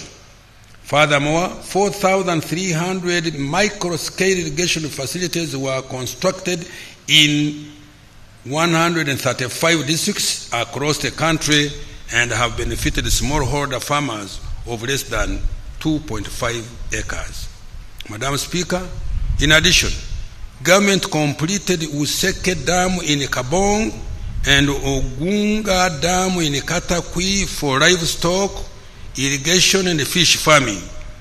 In addition, 5,251 small and medium-scale irrigation schemes were established in 135 districts. Madam Speaker, government established 5 zonal agricultural mechanization centers in Malere, Buama, Bungoko, Ogwata, and Sanga to support equipment access and tractor hire services, procured and distributed 260 assorted 4-wheeled tractors and implements to farmer groups in 60 districts countrywide, 750 power tillers single axle tractor and implements, and 2 pieces of dredging equipment for water hines and weed control, and trained 2,150 youth and women as operators, artisans, mechanics for tractors and implements. Madam Speaker, beginning this financial year, government introduced the large-scale commercial farmer interest-free credit facility of shillings 175 billion. This facility will help to increase production and productivity for improved food security and export. The loan facility can be accessed through government-owned banks, namely Post Bank, Housing Finance Bank, and Pride Bank Limited. Agricultural value addition and marketing. NARO completed setting up an alpha-safe facility at Namulonge with the capacity to eliminate aflatoxin contamination in grains. The facility has capacity to clean 5 tons of produce per hour. This will save the country an estimated $38 million per year, which is lost in export rejections due to aflatoxins, and most importantly, save the lives of Ugandans. Madam Speaker, to add value to agricultural produce, government constructed 11 agro-processing and storage facilities to increase opportunities for value addition and access to higher value markets. These include Ruimi Rice Processing Facility in Bunyangabu, Kasina Maize Processing Facility in Kenjojo, Kigoyera Maize Processing Facility in Kenjojo, Itojo Maize and Rice Processing Facility in Ntoroko, Nombe Coffee Processing Facility in Ntoroko, Apara Oil Seed Processing Facility in Alebetong, Gatianga Coffee Processing Facility in Winyangabu, Akorinmonjin Rice Processing Facility in Katakwi, Kajamaka Rice Processing Facility in Kumi, Chikwata Coffee Processing Facility in Nakaseke, and Chiwoko Maize Processing Facility in Nakaseke again. Madam Speaker, government is strengthening partnerships with the private sector through Uganda Development Corporation to support local value addition and manufacturing in a wide range of agricultural value chains. These investments include Soroto Fruit Factory, Budadiri Arabic Coffee, Mbale Growers Tea Factory, Mabale Growers Tea Factory, Kayonza Growers Tea Factory, Bukona Agro Processors, Atiaka Sugar Factory, and Yumbe Fruit Factory. Madam Speaker, as a part of the effort to increase access of Uganda's products to international markets, we dispatched the inaugural exports of coffee and milk to Serbia and Algeria, respectively. The milk exports to Algeria have potential to fetch Uganda export earnings worth $500 million. Madam Speaker, I have allocated a total of 1.86 trillion next financial year towards deepening agro-industrialization. These funds will support investments in 1, agricultural research, 2, agricultural inputs including fertilizers, 3, water for irrigation, 4, extension services, 5, agro-processing and value addition, 6, post-harvest handling and storage facilities, 7, inspection, surveillance, certification, enforcement of quality standards, and market access. Now we turn to tourism development. Madam Speaker, Uganda's tourism sector continued to recover with the tourist arrivals increasing by 7.7% to 1,036,000 0.37 in 2024 from 1.27 million in 2023. Similarly, tourism earnings grew by 26% to US dollars 1.28 billion in 2024, up from 1.02 US dollars billion in 2023. Madam Speaker, the following achievements were registered: promoted and marketed Uganda through International Explore Uganda promotion campaign in high-value market segments in USA, Canada, and the United Kingdom. As a result, the year-on-year growth of interest in Uganda by tourists is 33% for the United Kingdom, 19% for Canada, 5% for the USA. Additionally, through the theme Uniquely Ours, we have promoted domestic tourism. As a result, domestic tourism in national parks increased by 15.7% in 2024, reaching 244,843 visitors. Continue to innovate and modernize tourism products to make them more competitive. This involved maintenance of 1,300 kilometers of trail tracks and roads in tourism protected areas, increasing the cumulative coverage of electric fencing of 177 kilometers in Queen Elizabeth and Merchant Falls National Parks, continued construction of the pier and related infrastructure at the source of the Nile, continuing to upgrade the Uganda Museum and Namugongo Martyrs Shrines, construction of 3,521 meters of climbing ladders and boardwalks on Rwenzori Mountains to make hiking safer and fun, completion and commissioning of Kikorongo Equator Monument in Kasese, and the construction of works of Karamoja Museum, which is nearing completion. Government invested in a world-class convention facility in Munyonyo. This has promoted Uganda as one of the regional destinations for meetings, incentives, conferences, and exhibitions. Consequently, Uganda now ranks 7th in Africa in MICE tourism. Madam Speaker, I have allocated shillings 430 billion towards direct investment in tourism next financial year. This is in addition to about 2.2 trillion provided for another tourism support investments such as tourism roads, ICT, infrastructure and tourism areas, African Cup of Nations, AFCON infrastructure, and security strengthening in tourism areas. Madam Speaker, the focus next financial will be on 1, branding and marketing of Uganda as a tourism and investment destination. 2, infrastructure development in tourism sites. 3, construction of refreshment centers and highway sanitation facilities.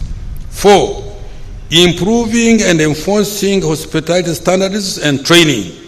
And 5, promoting health tourism by investment in specialized health facilities.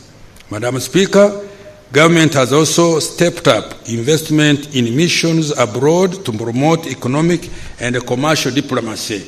Every mission is now tasked to bring investors and tourists and open up export markets. Mineral-based industrial development, including oil and gas. Madam Speaker, the following achievements were registered this financial year. Government facilitated the establishment of 10 gold refineries, 4 cement manufacturing plants, and 1 tin processing plant, contributing to mineral processing and refining. In the oil and the gas sector, The Telenga and Kingfisher oil projects are on track for first oil production in 2026. An agreement to construct 60,000 barrels per day oil refinery, which will kickstart the petroleum chemical industry, was signed between Alpha MBM from AIE and the Uganda National Oil Company. Once operations start, the oil and the gas sector will contribute between $1 and $2.5 billion annually to the country's revenues. With regard to local content in the oil and the gas industry, more Ugandan companies and individuals have benefited from contracts issued and jobs respectively. Out of 5,693 Tier 1 contracts amounting to a total of value of US dollars 5.4 billion awarded to date, 4,796 contracts, 64% were Ugandan companies. 84%. 84%, yes, I said that, Mama. Were to Ugandan companies amounting to US dollars 2.25 billion. Also, US dollars 33.4 million, equivalent to shillings 121 billion, has been spent on goods and services consumed from the surrounding communities in Bunyoro. More than 14,000 Ugandans have been trained in various technical areas, and so far about 17,000 direct and 39,567 indirect jobs have been created.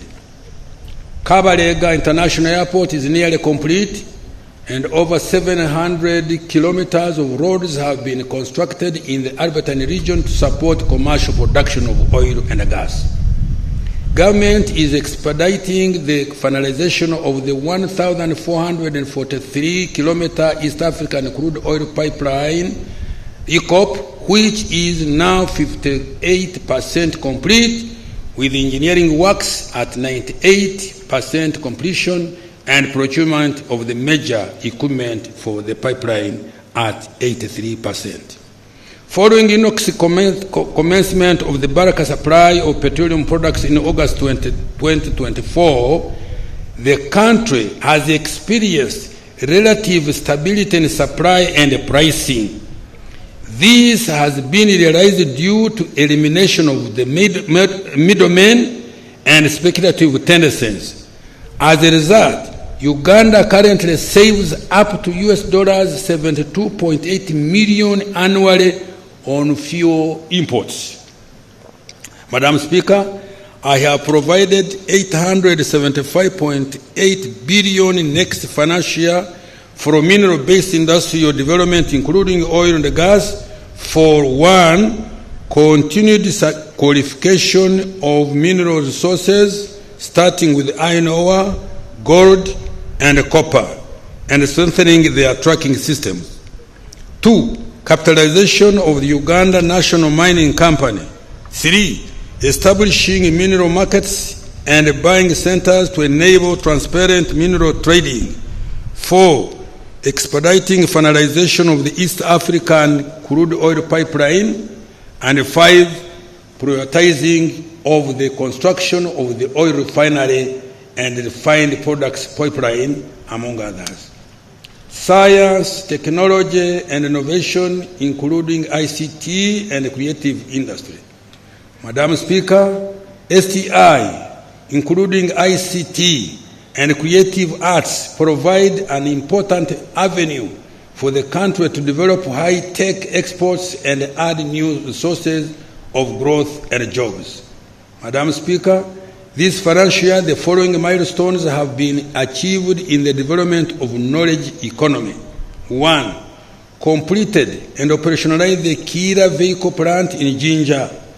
The plant has an annual capacity of 2,500 vehicles, So far, 41 buses have been produced, out of which 29 are electric. The electric buses produced can run up to 500 kilometers when fully charged. The plant has signed a letter of intent to supply more than 3,700 electric buses to West Africa.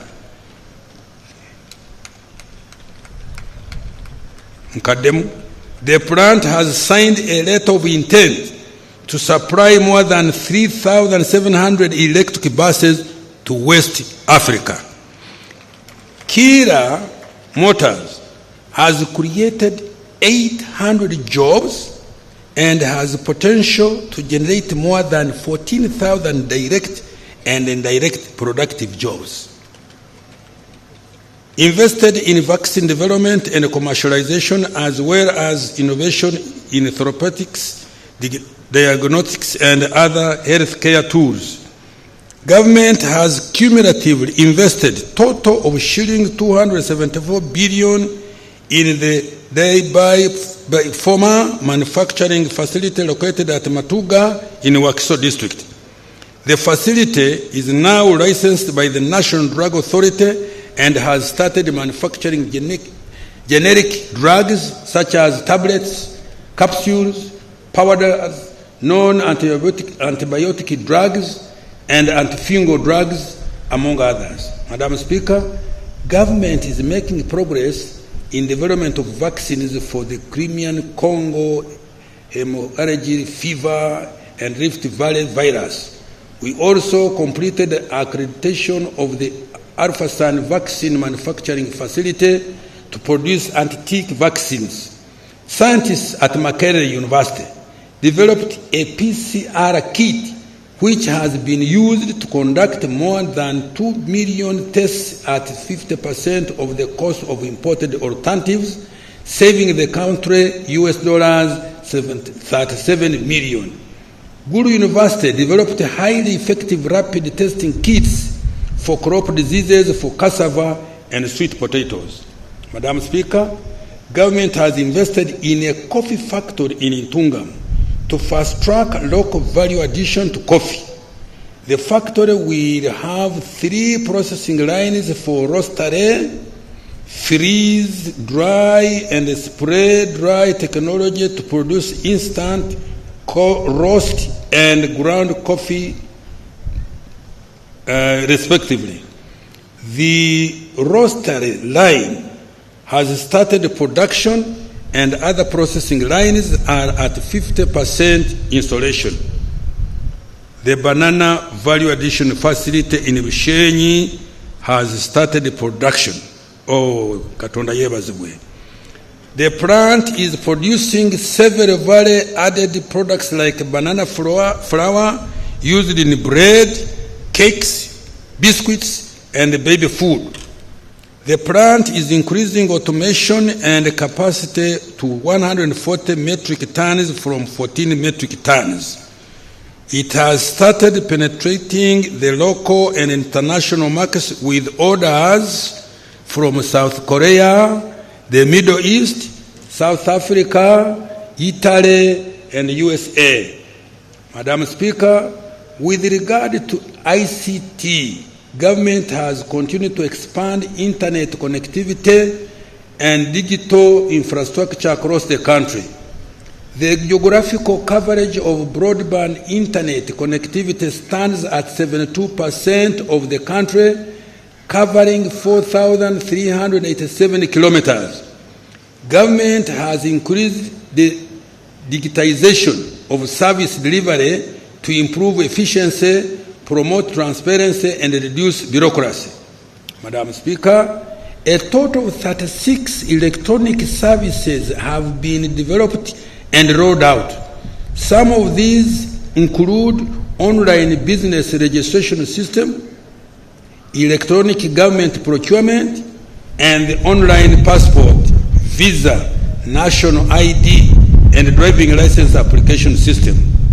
The Uganda driver licensing system, which was introduced in 2021, has reduced the turnaround time for processing driving licenses to 45 minutes in Kampala and 48 hours in up-country stations from a period of 1 month.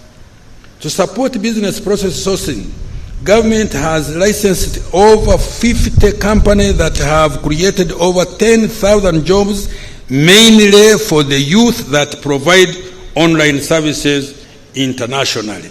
Madam Speaker, with regard to the creative arts, government provided 10 billion to the creative arts industry. This was to support the artists to recover from the effects of COVID-19 and create a revolving fund to support younger talents to create wealth and jobs.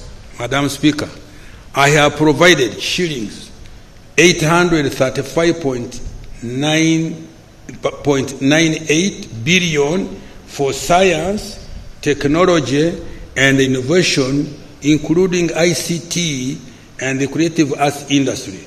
Of this amount, 388.23 billion is for STI, shillings 381.75 billion is for ICT and digitalization, and shillings 66 billion for the creative arts. Madam Speaker, these funds will be utilized for 1, establishing a high-tech city to support development of technologies and innovations. 2, taking STI products to the market, especially Kira motor vehicles, coffee, day-by farmer, drugs, vaccines, and banana products. Additional investment in R&D and innovation, increasing coverage, reliability, and affordability of Internet, enhancing digitization of government services and e-commerce, promoting BPO for job creation, acquiring a home for creative artists for their production and innovation, fast-tracking the Copyright and Neighboring Rights Act to protect intellectual property and artistic works, and finally, further capitalization of the revolving fund for arts with an additional shillings 18 billion, bringing it to a total of shillings 23 billion. Now, infrastructure development. Madam Speaker, this priority area includes both transport and energy infrastructure. During this financial 24-25, some of the following achievements were realized.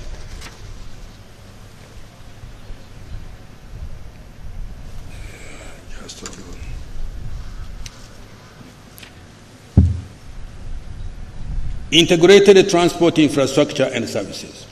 Madam Speaker, the road network that is tarmacked now stands at 6,287.6 kilometers, representing about 30% of the national road network compared to 3,112 kilometers in financial 2010-11.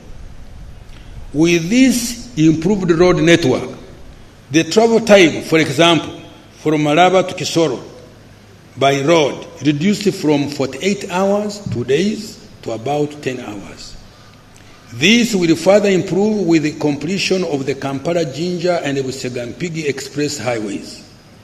Uganda is now connected by tarmac roads at all its major international border points, from the South Sudan border, Kitgum, Nimule, Oraba, in Acholi and West Nile, to the southern border of Tanzania, Mutukula, Rwanda, Mirama Hill, Katuna, and Chanika, and the Congo border, Bunagana, and from the Kenya border, Wakaka, Malaba, and Busia, to the Congo border, Mpondwe, Busunga, and Kaisotonya in the west. Madam Speaker, despite the challenges faced in the road sector this financial year, we continue to make progress as follows. 1, rehabilitated a total of 125 kilometers on several ongoing projects. 2, upgraded over 100 kilometers of roads to paved bituminous standards on several ongoing projects. 3. Government fully disbursed shillings 579 billion, which was used for maintenance of national, districts, urban and community access roads. 4. Government is revamping the road and drainage infrastructure within the entire Greater Kampala metropolitan area to the extent that the entire city is now a construction site. Bannange bebale. A total of shillings 1.4 trillion has been dedicated to improving roads and drainage within the Great Kampala metropolitan, what that is. To deal with the traffic congestion arising out of gridlock generated by roundabouts, all major junctions are being improved and signaled with traffic lights. The Kampala flyover and road upgrading project has been completed. Construction of 10 bridges is ongoing at an average of 74.7% progress. Madam Speaker, next financial year, government has significantly increased the budget for road infrastructure development. I have allocated an additional 790 billion, bringing the total budget for roads to 4.28 trillion. The following will be prioritized next financial year. 1. Start construction and complete ongoing works for road projects as highlighted by His Excellency the President in his State of the Nation address. In addition, the roads which had been left out to be prioritized are Puranga Acholi-Bur, 64 kilometers, Kampala Gayaza Karaji, 33 kilometers, Lugazi Wikwekiyindi, 28 kilometers, Kabwohe Wiziwera Nyakambu Nsika Nyakabirizi, 92.2 kilometers, Kisubi Nakauka Natete Kasanje Impigi Mauguru Nanziga Maya Buaya, 71 kilometers, Busegampigi 10 kilometers, Najanankumbi Usabara 11 kilometers,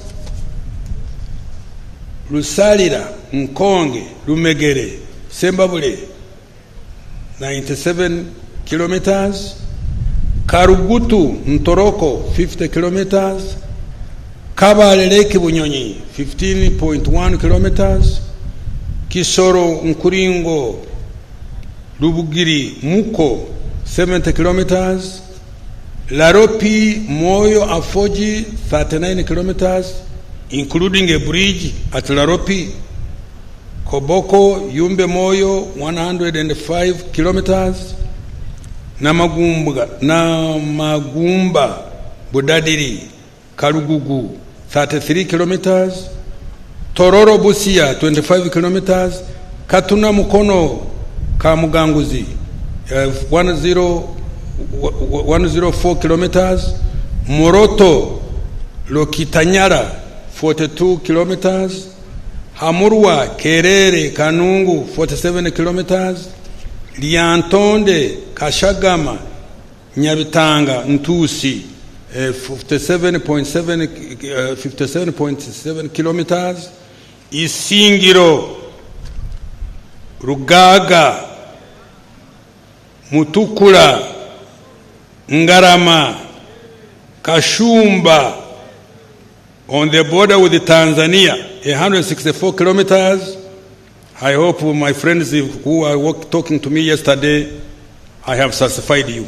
Masindi Bridge and Karuma Bridge. Start construction and complete ongoing works for bridges as highlighted by His Excellency the President in his State of the Nation address. 3. commence implementation of the Kampala-Jinja Express Highway through public-private partnership framework, and 4, prioritize maintenance of the core national road transport network and DUCA. Railway transport, Madam Speaker, in November 2024, His Excellency the President launched construction of 272-kilometer standard gauge railway from Malaba to Kampala. The SGR is a strategic investment for our country.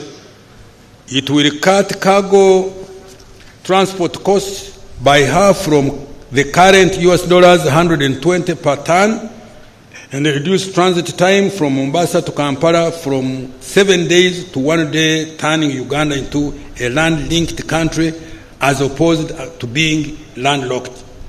These initial works, the initial works for construction of the standard gauge railway have started.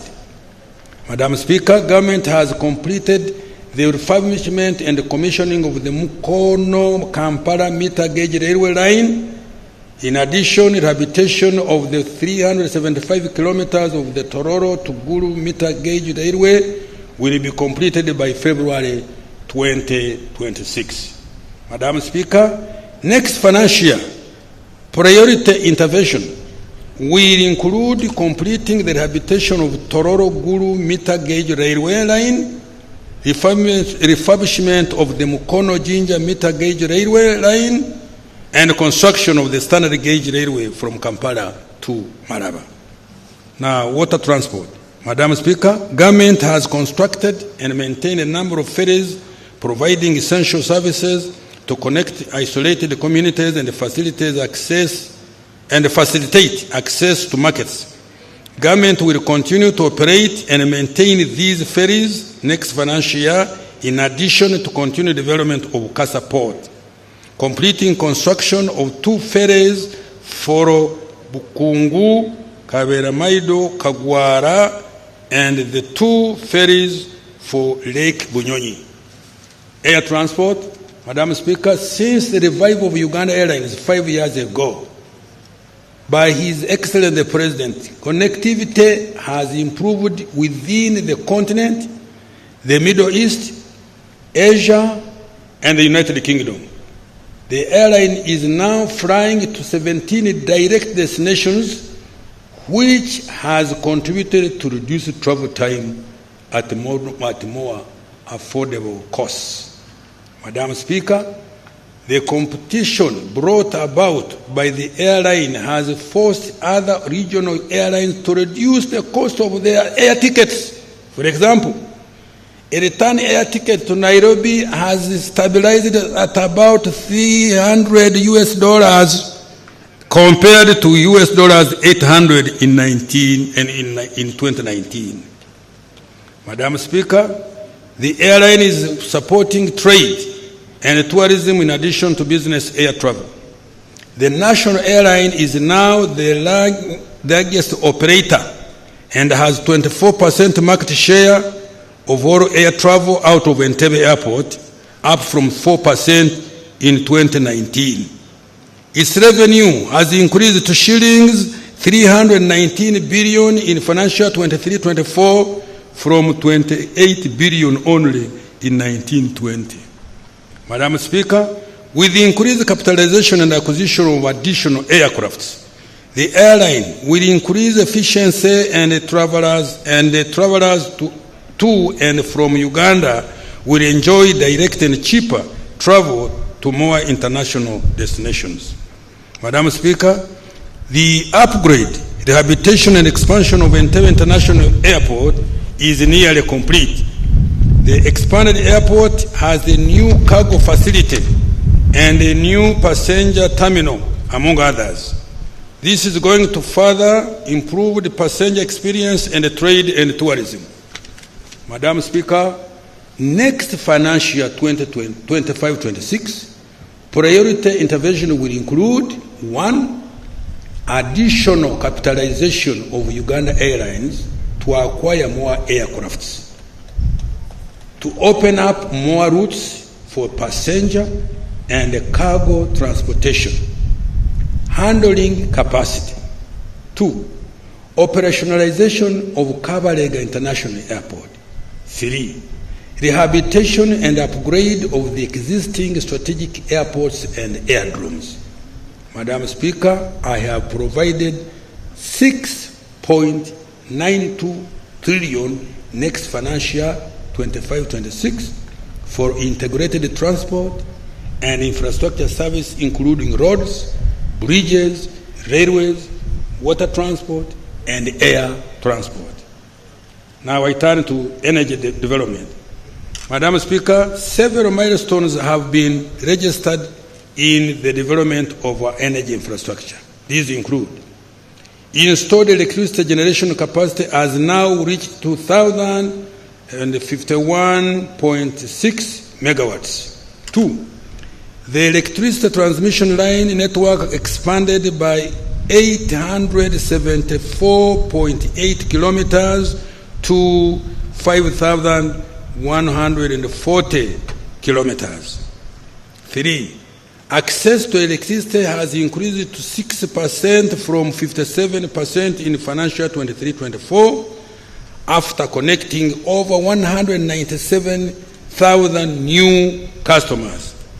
Following Uganda Electricity Distribution Company Limited takeover of distribution electricity, the cost of power has reduced by 14%, saving consumers shillings 250 billion annually.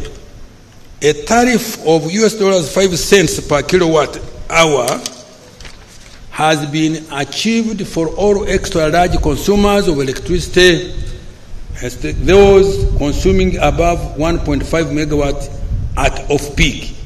Madam Speaker, I have provided 1.4 trillion next financial year 25-26 to undertake the following priority interventions. 1. Additional investment in UDCL to ensure affordable, efficient, and reliable distribution of electricity to consumers. 2. Enhance access to electricity through implementation of the $638 million electricity access scale-up project, covering grid expansion, connectivity, and clean energy options for 1 million new electricity connections. Further, government will continue investing in priority transmission lines and substations, particularly to the industrial parks, growth centers, and other strategic manufacturing facilities like the clinker factory in Moroto, Karamoja, the fertilizer factory in Kampiringisa Mpigi, Simba cement factory in Imbarara, Western Uganda, Day by Farmer in Matuga, Wakiso district, and the coffee factory in Ntungamo, among others. Commence development of new power generation plants to meet growing demand.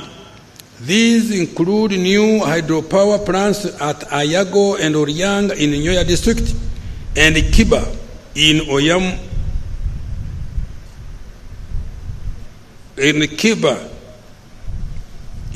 Oyama district, the development of the nuclear power in Wiyene district, and the rehabilitation of Kira Naruwari power plant. Industrial development and manufacturing. Madam Speaker, with regard to industrial development and manufacturing, the following achievements have been registered. Government has operationalized 8 industrial parks, which include Namamve, Luzira, Bweyogerere, Mbale, Soroti, Kasese, Mbarara, and Jinja industrial parks. We have also supported the development of 3 private-owned industrial parks, which are Liorishen in Kapeka in Nakaseke district, MMP in Buikwe district, and Tiantang in Mukono. To date, a total of 628 companies, stroke industries, have been allotted land within the various industrial parks, 47% of which are in manufacturing. Out of all the companies allocated land, 307 are fully operational, 105 are undertaking construction, and 122 have commenced preparatory activities. The parks have attracted a total capital investment of US dollars 4.5 billion and created 181,403 jobs. Madam Speaker, several industrial parks have become centers of innovation, hosting firms that have introduced new technologies and products such as a single HIV pill, Quality Chemicals Limited, GIS Transformers, Orion Electricals, Plastic to Fabric Recycling, Fay Long Investment Limited, locally manufactured electric vehicles, Kira Motors, the first powder-free surgical gloves, East African Medical Vitals, and import substitution products like fridges, transformers, toiletries, textiles, ceramics, television, and blankets. Government has supported industrialization by investing in strategic manufacturing facilities through Uganda Development Corporation with a total investment of 1.2 trillion.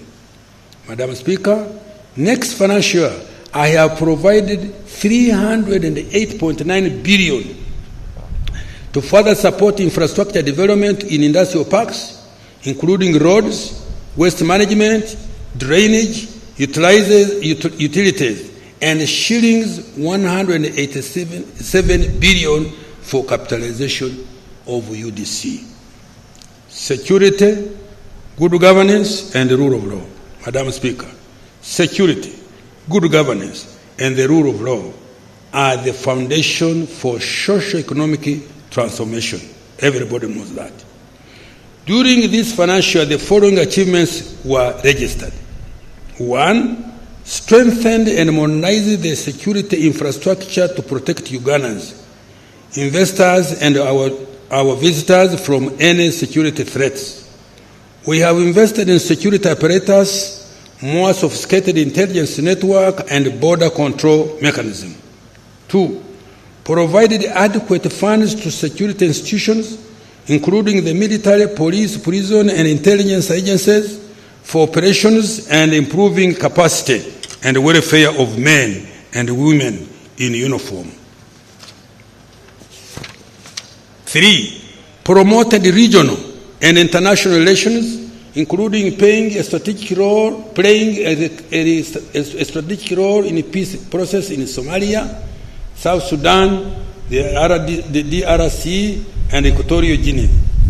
Registered a 4.1% decrease in the volume of crime from 274 cases reported in 2023 to 218,715 cases in 2024, and a subsequent decline in crime rate from 516 to 476 per 1,000 persons. Commenced mass enrollment of Ugandans on 17th May 2025 to acquire national identity cards with a target of registering 17.2 million unregistered persons and renewing 15.8 million expired cards. Apart from securing elections and aiding our national security, the national ID has contributed to improve the efficiency in accessing public services, broadened financial inclusion, eased the travel within the East African community, and stamped out fraud arising from identification. Improved efficiency in the delivery of citizenship and immigration control services. The average turnaround time for processing of honorary passports has reduced to 4 from 14 days. Government has started to roll out the intelligent transport monitoring system to improve security. To date, 26,818 vehicles and 62,512 motorcycles have been registered. In addition, government has invested in security cameras to improve tracking of crime in Greater Kampala metropolitan area on major highways. Sorry. Government has also started implementing regulations for speed limits using the express penalty system to reduce fatalities on roads. This is the way to go. If there is any problem with the rates, they will be reviewed and the penalty will stay to save the lives of Ugandans. Uganda prisons is transforming from a consumptive to a productive force. This has contributed to food security and reduced the budget required to look after inmates. In addition, the prison service contributed to growth of local textile industry through increased production of cotton. This financial year, the service produced 1,733 metric tons of maize seed, 485 kilograms of cotton to the local textile industries, and 12,290 metric tons of grain to contribute to prisoners' feeding requirements. Government was effectively represented in courts, tribunals, and commissions. Out of 393 cases concluded, government won 285, which is 72.5%, and saved shillings 548 billion that would have otherwise been paid as costs. Government implemented the NRA manifesto commitment on cattle compensation in the Acholi, Rango, and Teso sub-regions. Since financial year 2021-22, a total of shillings 142.9 billion has been paid to 53,592 claimants. I have provided shillings 80 billion next financial year to pay the remaining claimants. In addition, I have provided 15 billion for ex gratia Akasimo to the Ruero war victims. Madam Speaker, next financial year, I have provided shillings 9.9 trillion for 1. Consolidating Uganda's security through continued modernization and professionalization of the security agencies. 2. Improving the welfare of the security forces. 3. Undertaking general elections in 2026, which are just around the corner. Increasing access to justice, law and order services. And 5. Strengthening immigration and border security. Madam Speaker, government is stepping up the fight against corruption. We are automating all government processes to reduce human interaction and ensure traceability. Investing in more performance and forensic audits and enforcing accountability. I think I should read this paragraph. Let me read it. Madam Speaker, government is stepping up the fight against corruption.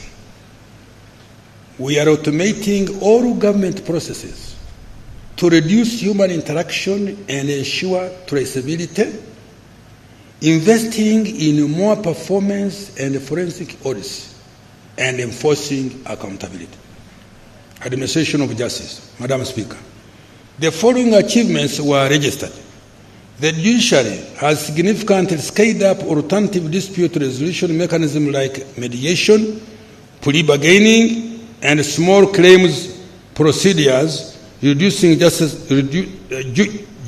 costs and speeding up dispute resolution. For example, In 2024, a total of 3,391 cases were resolved through mediation.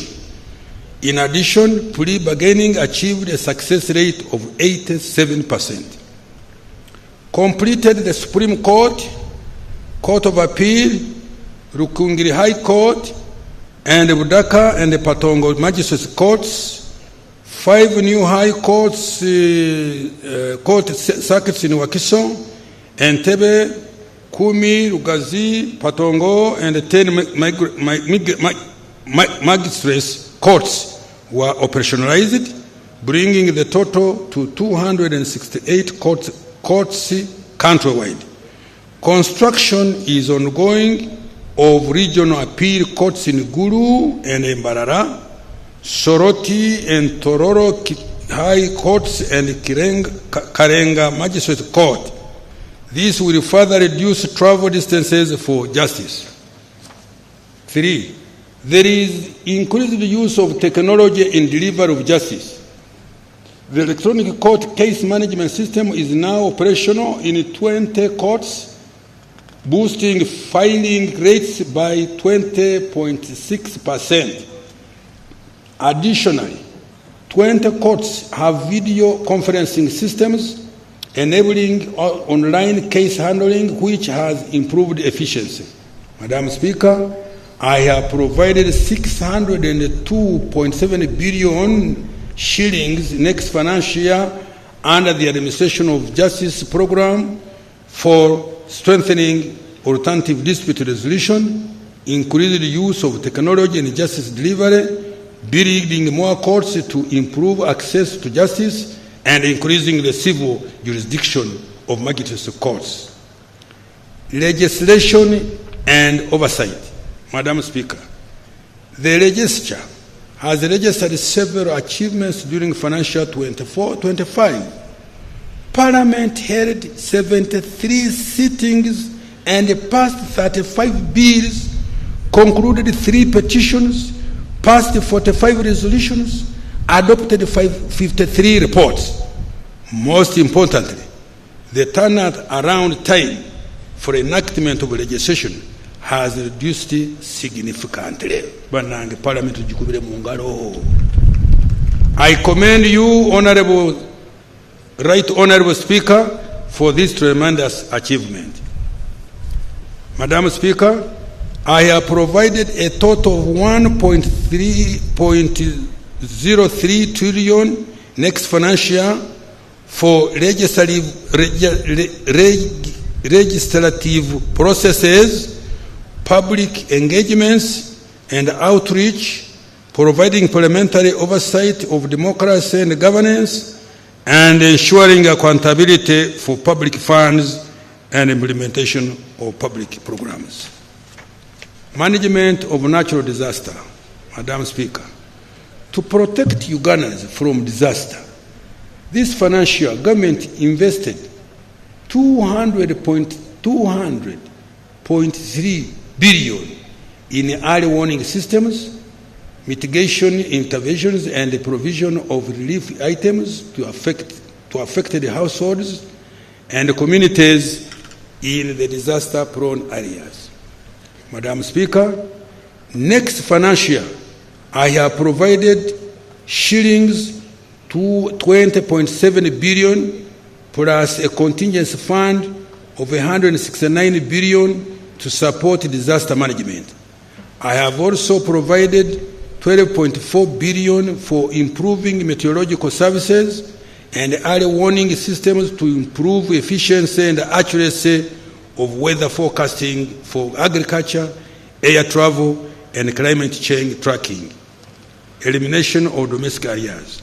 Madam Speaker, government has put in place a strategy to eliminate domestic areas in 3 financial years, starting financial year 25-26. Payment of domestic areas will prioritize suppliers of goods and services, contractors, and compensations for land and to war claimants. Madam Speaker, I have increased the allocation for domestic areas to shillings 1.4 trillion from 200 billion provided this financial year. To prevent accumulation of new areas, starting next financial year, my ministry shall implement the following measures, and they are not easy measures. 1. Enforcement of the commitment control system. 2. Sanctioning accounting officers responsible for creation of any arrears. 3.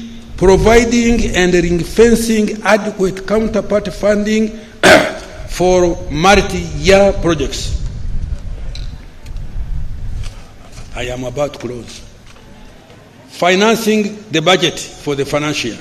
Resource envelope. Madam Speaker, the total resource envelope for financial 25-26 amounts to 72,481,502,103 shillings. This is detailed as follows. Domestic revenue amounting to shilling 37.55 trillion, of which 33.7 is from 33.94 trillion will be tax revenue, shillings 3.28 trillion non-tax revenue, and shillings 328.6 billion local government revenue. Domestic borrowing, shillings 11.38 trillion. Domestic financing maturing domestic debt 10.30 trillion. Grants and external borrowing for general budget financing is 2.08 trillion. External financing for projects is 11.33 trillion, of which 2.8 trillion are grants. Expenditure allocations. Madam Speaker, the following resources have been allocated as follows. Wages and salaries, 8.57 trillion. Non-wage recurrent expenditure, shillings 28.33 trillion, which also includes operational funds for institutions, financing for all wealth creation funds, financing for science and technology investment, grants for education and health, medicines, maintenance of infrastructure, and interest payments, among others. 3. Development expenditure, 18.24 trillion. 4. Domestic debt for refinancing, shillings 10.03 trillion. 5. Debt amortization, 4.98 trillion. 6. Domestic debt repayment to Bank of Uganda, 493 billion. 7. Domestic arrears, 1.4 trillion. 8. Local government expenditure from own revenue, shillings 328.6 billion. Madam Speaker, I have attached the details of the resource envelope and the expenditure allocations by vote for financial year 25-26 as annexes 2 and 3. The financing strategy for financial year 25-26, Madam Speaker, below is the financing strategy for next financial year. 1. Improving tax administration to raise an additional shillings 1.89 trillion. 2. Introduction of new tax measures to increase domestic revenue by shillings 538.6 billion. 3. Rationalizing tax exemptions to eliminate inefficient ones that do not support industrial policy.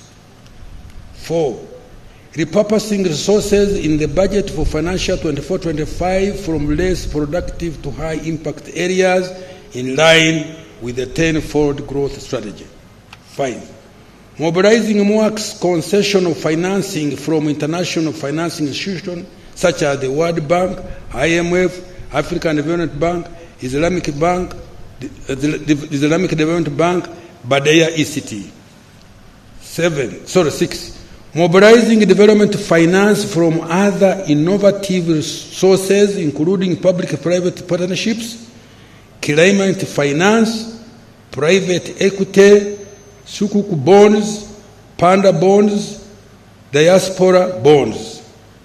Tax for financial year 25-26. Madam Speaker, an additional revenue of shillings 538.6 billion will be raised from new tax policy measures that were approved by Parliament. In addition to raising revenue, the measures will support the growth of businesses and the economy.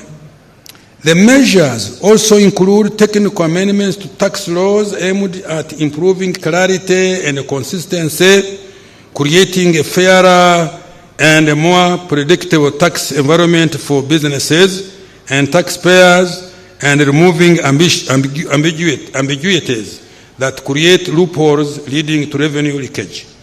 These amendments are also intended to enhance tax administration, encourage voluntary compliance, and empower Uganda Revenue Authority to effectively enforce tax laws.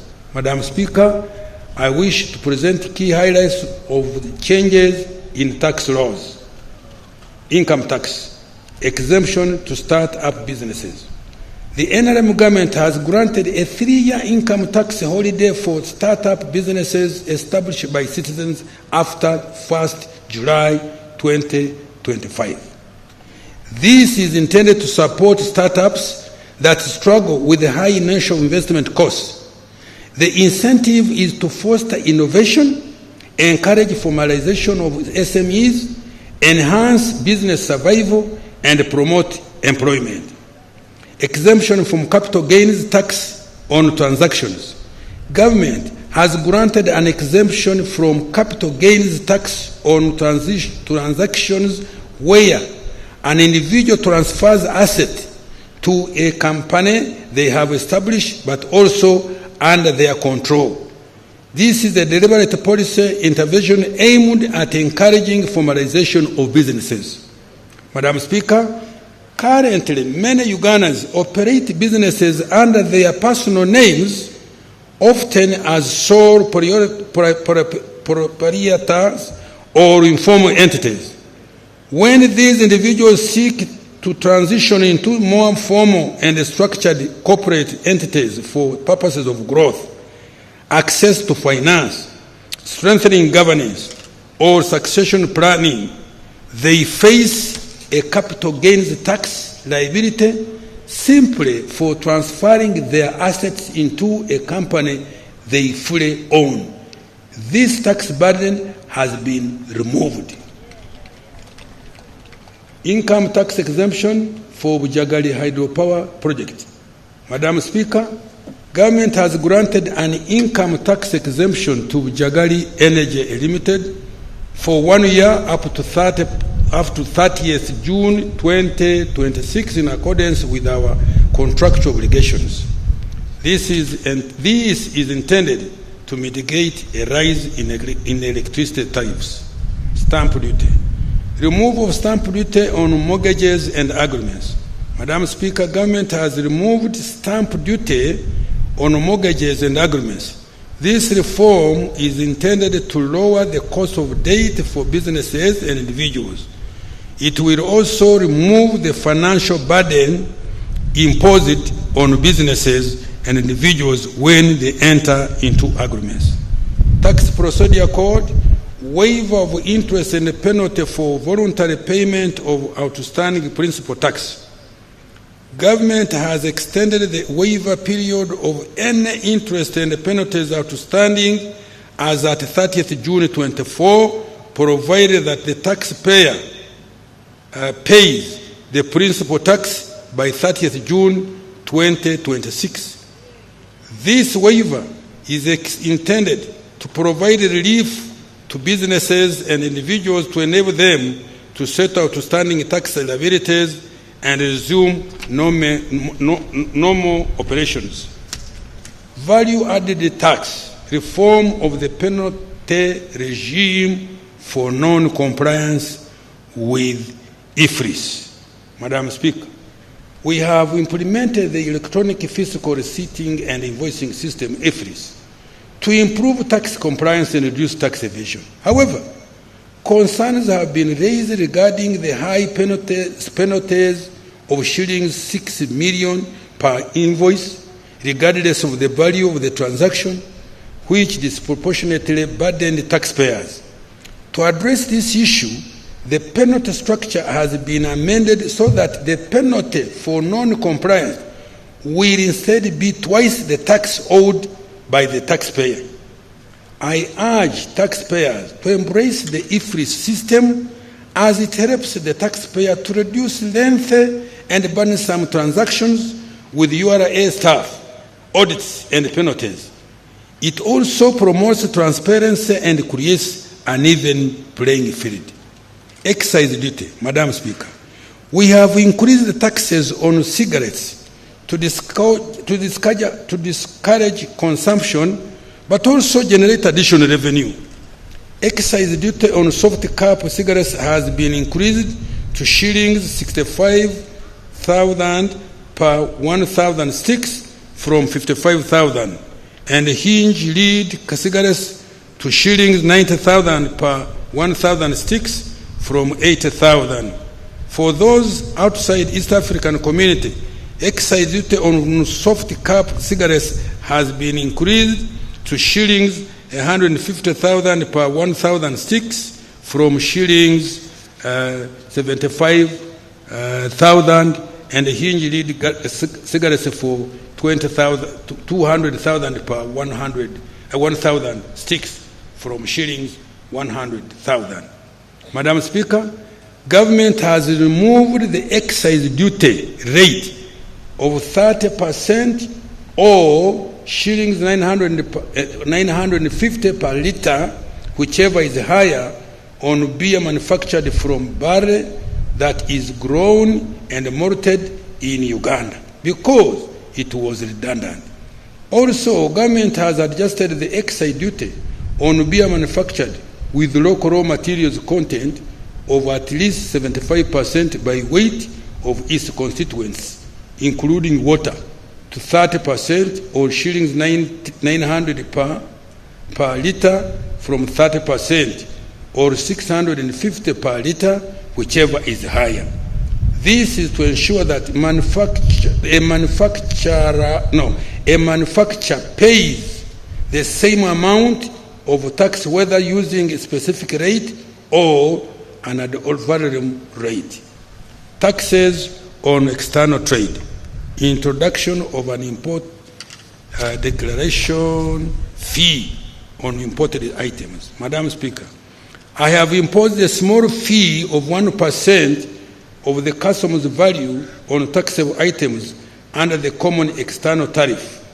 This measure seeks to align Uganda's tax policy with those of other East African community partner states where similar fees have been imposed. For instance, Kenya applies a 2% CIF charge. Establishment of an export levy on wheat bran, cotton cake, and maize bran. Madam Speaker, government has imposed an export levy of US dollars 10 per metric ton of wheat bran, cotton cake, or maize bran to encourage local value addition, particularly in the production of animal feeds. Currently, these products are exported as raw materials in the region, where value is added and imported into Uganda as finished goods. Therefore, this measure will encourage value addition and create jobs for our children. Taxes and on textiles. Madam Speaker, the NRM government has listened to our traders dealing in imported taxes for value addition, as they requested the import duty on imported fabric has been reduced. Effective 1st July 2025, the duty will be $2 per kilogram or 35%, whichever is higher, down from $3 per kilogram or 35%, whichever is higher. In addition, the import duty on garments has been reduced to US dollars 2.5 per kilogram, or 35%, whichever is higher, from US dollar 3.5 per kilogram, or 35%, whichever is higher. Public debt. Madam Speaker, the stock of public debt is projected at US dollar 31.5 billion, equivalent to shillings 116 trillion by the end of June 2025. Of this, external debt accounts for US dollars 15.49 billion, equivalent to shillings 56.3 trillion, and domestic debt US dollars 16 billion, equivalent to 59.77 trillion. As a ratio of GDP, our public debt is estimated at 51.26%, which is consistent with the Charter of Fiscal Responsibility. Madam Speaker, Uganda's debt is sustainable and is projected to remain so in the medium to the long term. The debt has financed investments that support private sector growth by providing requisite infrastructure. Over the last 10 years, the areas which public debt has financed, including integrated transport infrastructure, 29.3%, electricity infrastructure, including power generation plants and transmission lines, 27.6%, water for production and consumption, 11.5%, agro-industrialization, 5.1%, education and health, 5%, housing and urban development, 3%, and the development of industrial parks, 2%. To maintain public debt sustainability, government is implementing the following actions. 1, domestic revenue mobilization to increase revenue collection and reduce borrowing. 2, mobilization of more concessional financing from international financial institutions such as the World Bank, IMF, African Development Bank, Islamic Development Bank, Badea, etc. 3, implementation of saving initiative, where Ugandans will invest in government securities using mobile money. Now, I want to conclude. Madam Speaker, I know I have tired you. Madam Speaker, in conclusion, Uganda's economy has taken off. Can I repeat? Madam Speaker, in conclusion, Uganda's economy has taken off. When I did this thing, people started it. We know what we are doing, man.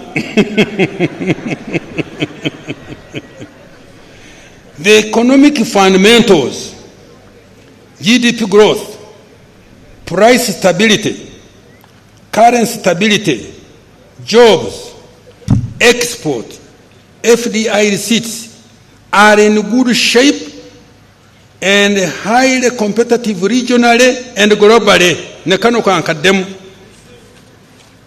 The economic fundamentals, GDP growth, price stability, currency stability, jobs, export, FDI receipts are in good shape and are highly competitive regionally and globally.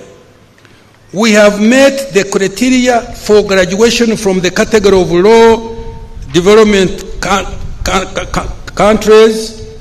Poverty and inequality have just hold on. We have met the criteria for graduation from category of low LDCs. Poverty and inequality have reduced. Listen to this. Poverty and inequality have reduced significantly. Our deliberate onslaught on the subsistence economy has resulted in cutting the number of Ugandans working for only the stomach, kida kionka, to just 3 in every 10 homesteads. with our renewed commitment to fast-track full monetization of the economy and redirect resources towards agro-industrialization, tourism, mineral beneficiation, manufacturing, innovations by our scientists, and digital transformation, Uganda is indeed unstoppable. Unstoppable. Mwandibadde mukuba mu ngalo nammwe temumpadde maanyi.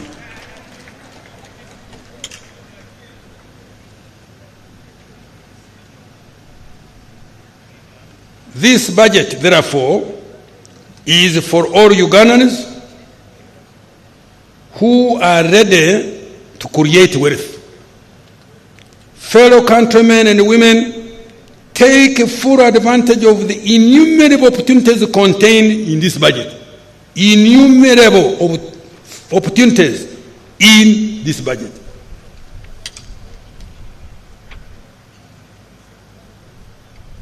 To those still in a subsistence economy, the PDM and other wealth creation funds have been availed to support you to join the money economy in any of the 4 sectors: commercial agriculture, industry, services, or ICT. To the private sector, the 10-fold growth strategy presents many opportunities.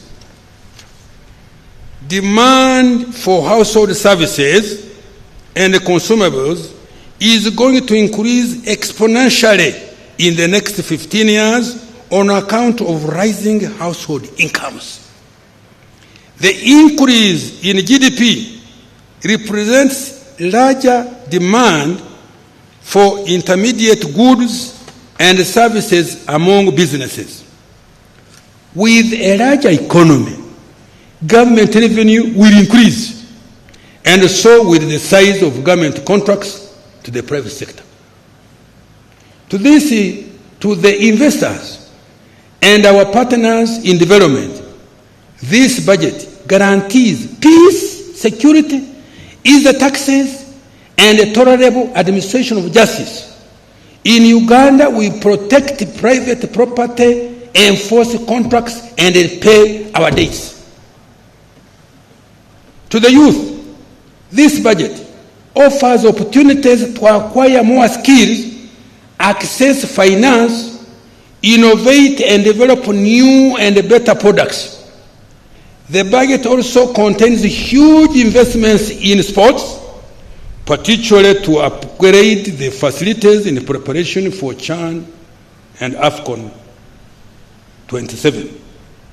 To those in the creative industry, the NRM government has fulfilled its promise to provide you with a revolving fund, acquire a home for you, and enact a copyright law to protect your intellectual property. This is just the beginning of what we intend to do to open doors for you to escape unemployment and manipulation by self-interested individuals and groups. Take full advantage of the opportunities to make money and live a productive life. Take full advantage of the opportunities to make money and live a productive life. To the women and mothers of our nation, the budget has provided funds to improve your health, to ensure that your children are born in safe hands, are immunized, sleep under a mosquito net, drink clean water, safe water, and are educated in nearby school for free. The budget has also allocated billions of support to your businesses. However, small to graduate. Let me repeat this. The increase in GDP represents a larger demand for intermediate goods and services among businesses. With a larger economy, government revenue will increase. Money is coming, and so with the size of government contracts to private sector. To the investor and our partners in development, this budget guarantees peace and security, ease the taxes, and the tolerable administration of justice. In Uganda, we protect private property, enforce contracts, and repay our debts.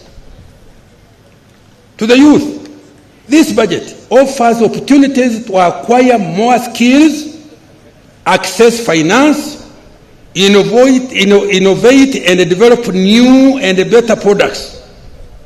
The budget also contains huge investments in sports, particularly to upgrade the facilities in preparation for CHAN and AFCON 27. To those in the creative industry, the NRM government has fulfilled its promise to provide you with the revolving fund, acquire a home for you, and enact a corporate law to protect your intellectual property. This is just the beginning of what we intend to do to open doors for you to escape unemployment and manipulation by self-interested individuals and groups. Take full advantage of the opportunities to make money and live a productive life. Make money.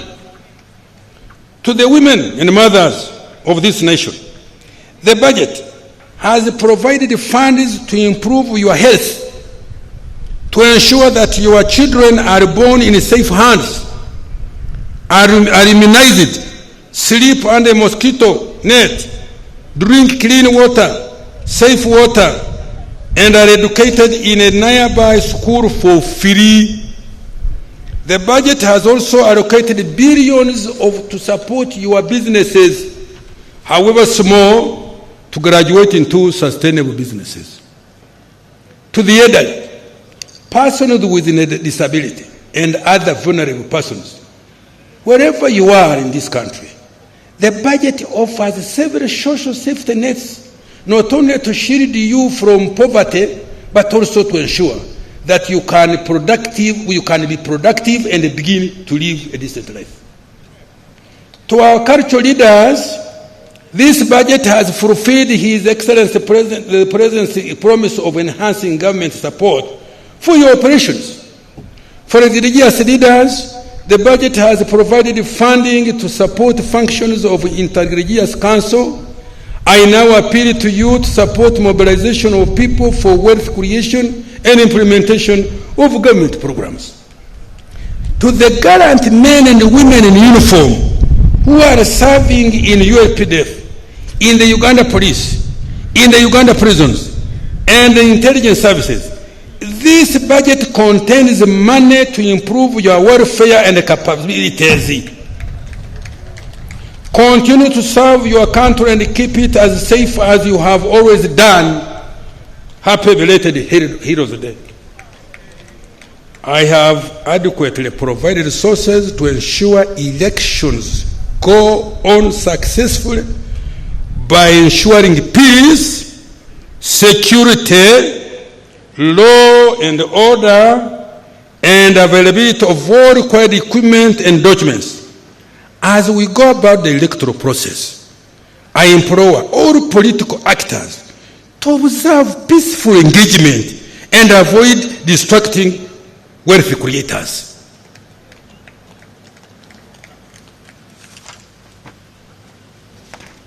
Madam Speaker, as I step off this podium, because people are tired, but it was inevitable.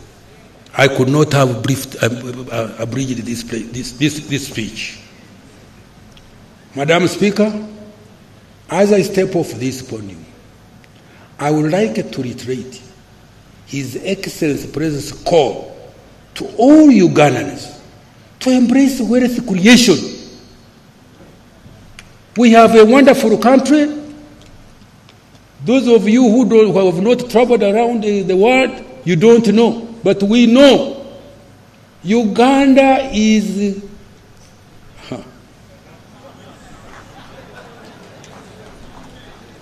God, when he was creating Uganda, I don't know what our ancestors had done. I think they did very good things.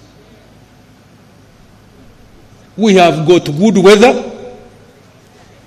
You think I could have put on a suit here in some other places? We have rainfall, although we are making a problem by cutting trees. You can grow any type of food here.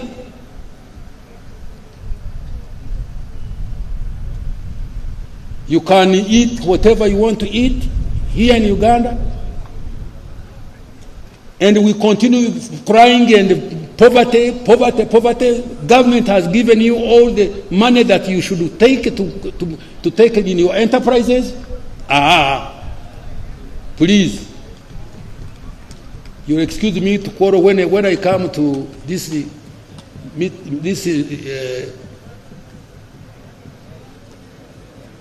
when I talk, wanting to emphasize of the beauty of this country, I become emotional. Will you excuse me? No wars, systems are around. If you are somebody has done something wrong to you, the courts, the chief is here. Hey. And we want to live to 100 years. Have you heard? Me, I'm aiming with my president 100 years. Have you heard? I am 82 now. You can see.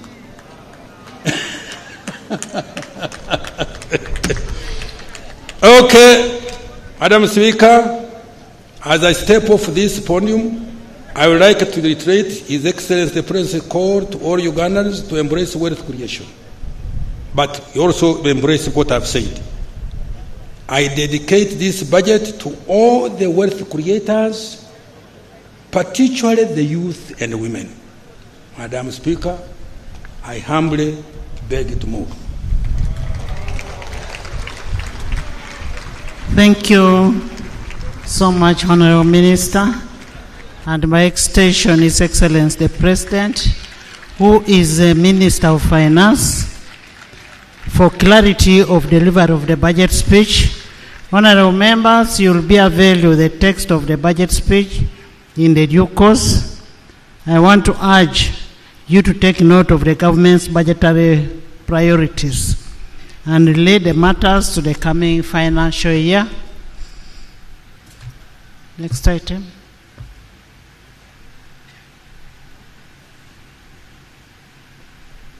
Next item. Remarks by His Excellency the President of the Republic of Uganda. Honorable members and distinguished guests, I now take the opportunity to invite His Excellency the President to make his remarks to crown the budget speech. And remember, our rules of procedure state that when the President is making a speech, it must be heard in silence. Your Excellency, you're most welcome, and kindly talk to the members of Parliament and by extension, the nation. Her Excellency the Vice President, the Right Honorable Speaker of Parliament, all the other leaders, honorable members of Parliament, ladies and gentlemen. The long speech of the Minister, I would want just to emphasize for you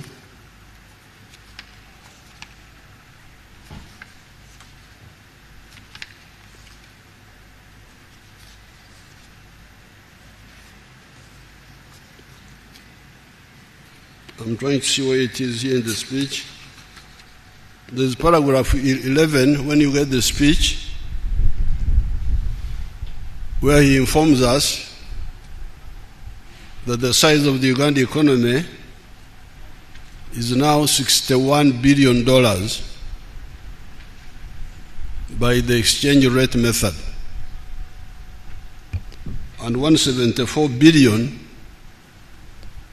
by the PPP method, purchasing power parity. And because of that, and given our population, which is about 46 million, 49 something, we are now no longer an LDC, the least developed countries. We are now a lower middle income country.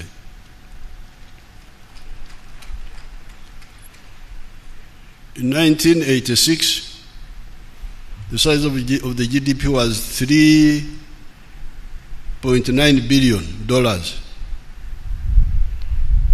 So you can see the economy has grown more than 20 times from that time. So I thought you should mark that, because in a long speech like this, you may not notice the big picture. Then finally on the speech, there's a way he summarized. I'm trying to see the page.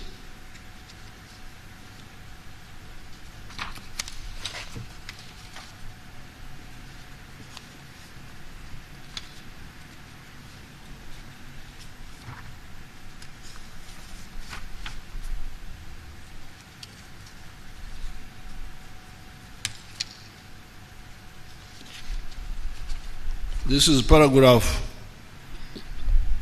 140 in his speech, where he said, he told you of the economic fundamentals. That's a very good summary. And he said, Madam Speaker, in conclusion, Uganda's economy has taken off. The economic fundamentals, and what are those fundamentals? GDP growth. Is the economy growing or not? Price stability. Are the prices stable or not? Currency stability. Is the currency stable or not? Jobs. Are jobs being created or not? Export earnings. Are the export earnings going up or not? And then finally, FDI, receipts, the foreign direct investment. Are they coming in or not? I thought that you should note that. Now, going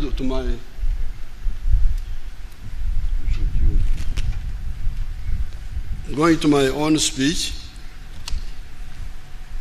you remember last time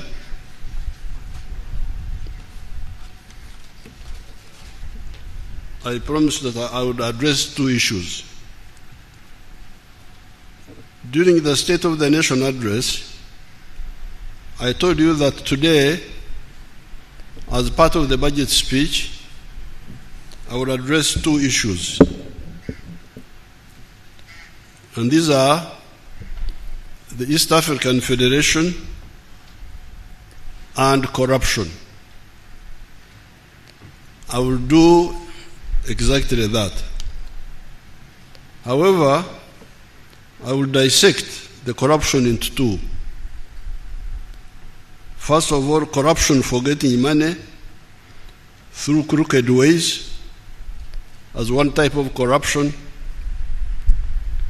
and political corruption through the use of money to get political support, not based on principles or policies.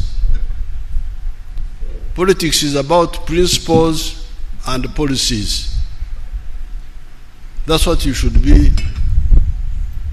telling the public to choose from. My policy is this, his policy is that, you the public, you choose. But when you bring in money, you are polluting the Chiriza.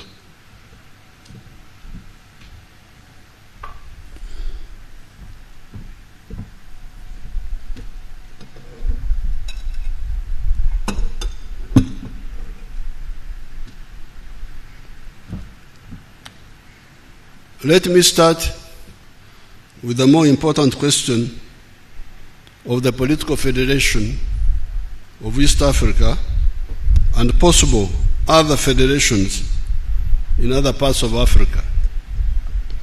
This was a goal pursued by our ancestors, starting with the Pan-Africanist pioneers among the black people in the United States of America. These were W.B. Du Bois, George Padmore, Marcus Garvey, Sylvester Williams, and others. By the mid-1900s, new actors had come on the scene in the persons of Jomo Kenyatta,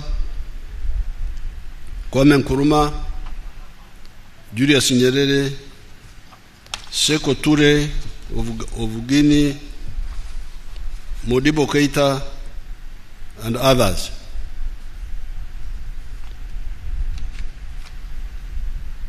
But if you go back, you will find that by 1900, the whole of Africa had shamefully been colonized because our egocentric and incompetent kings had failed to defend us, and instead we are busy fighting fratricide wars among us. At that time, when we were colonized, the slogan for survival was, in quotes, Uhuru na Umoja, independence and unity. That's what we were saying. We unite, we fight for freedom, independence, and then after we unite to get strength. That was the slogan. Starting with 1912, the Africans in South Africa took the initiative and started a new anti-colonial force, the African National Congress of South Africa. And you should know that even Mahatma Gandhi of India was also in India, in South Africa at this time, so he was part of this effort. This marked the beginning of the new African resistance, led by more informed people. Our resistance was assisted by two factors that came on the scene during that century. These were, number one, the emergence of the socialist camps of nations in the form of the Soviet Union in 1917,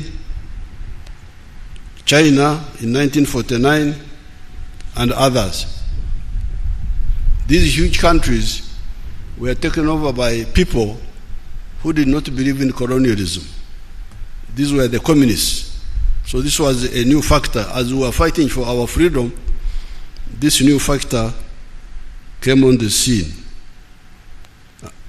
And the second factor were the fratricidal wars, fratricidal inter-imperialist wars of 1914 to 1918 and 1939 to 1945 among the imperialists. The imperialists were now fighting over us. Who will control which one? You know, those imperialists had divided us up, shared us like a cake because of our incompetent kings here. Came, sat in Berlin, this is for you, this is for you, this is for you. Then there was a new country called Germany, which had become united a short while before that. They wanted to start a war, to say, you are cheating us. We also want a share with the colonies. Then they said, please don't start a war, Bismarck, please. Let's give you some of the properties. You take Tanganyika, Rwanda, Burundi, Namibia, Cameroon, and so on. But by the end of the century, German was saying, you have cheated me. I also need more slaves. I need more colonies. That's how their wars started, fighting over us. These two factors, on the one hand, meant that the worldwide anti-colonial movement, including the African anti-colonial movement, could receive solidarity from those socialist countries. And on the other hand, the imperialist countries had weakened themselves in the process of their greed for world domination. So as they were fighting over us, fortunately they weakened themselves, which was good for us.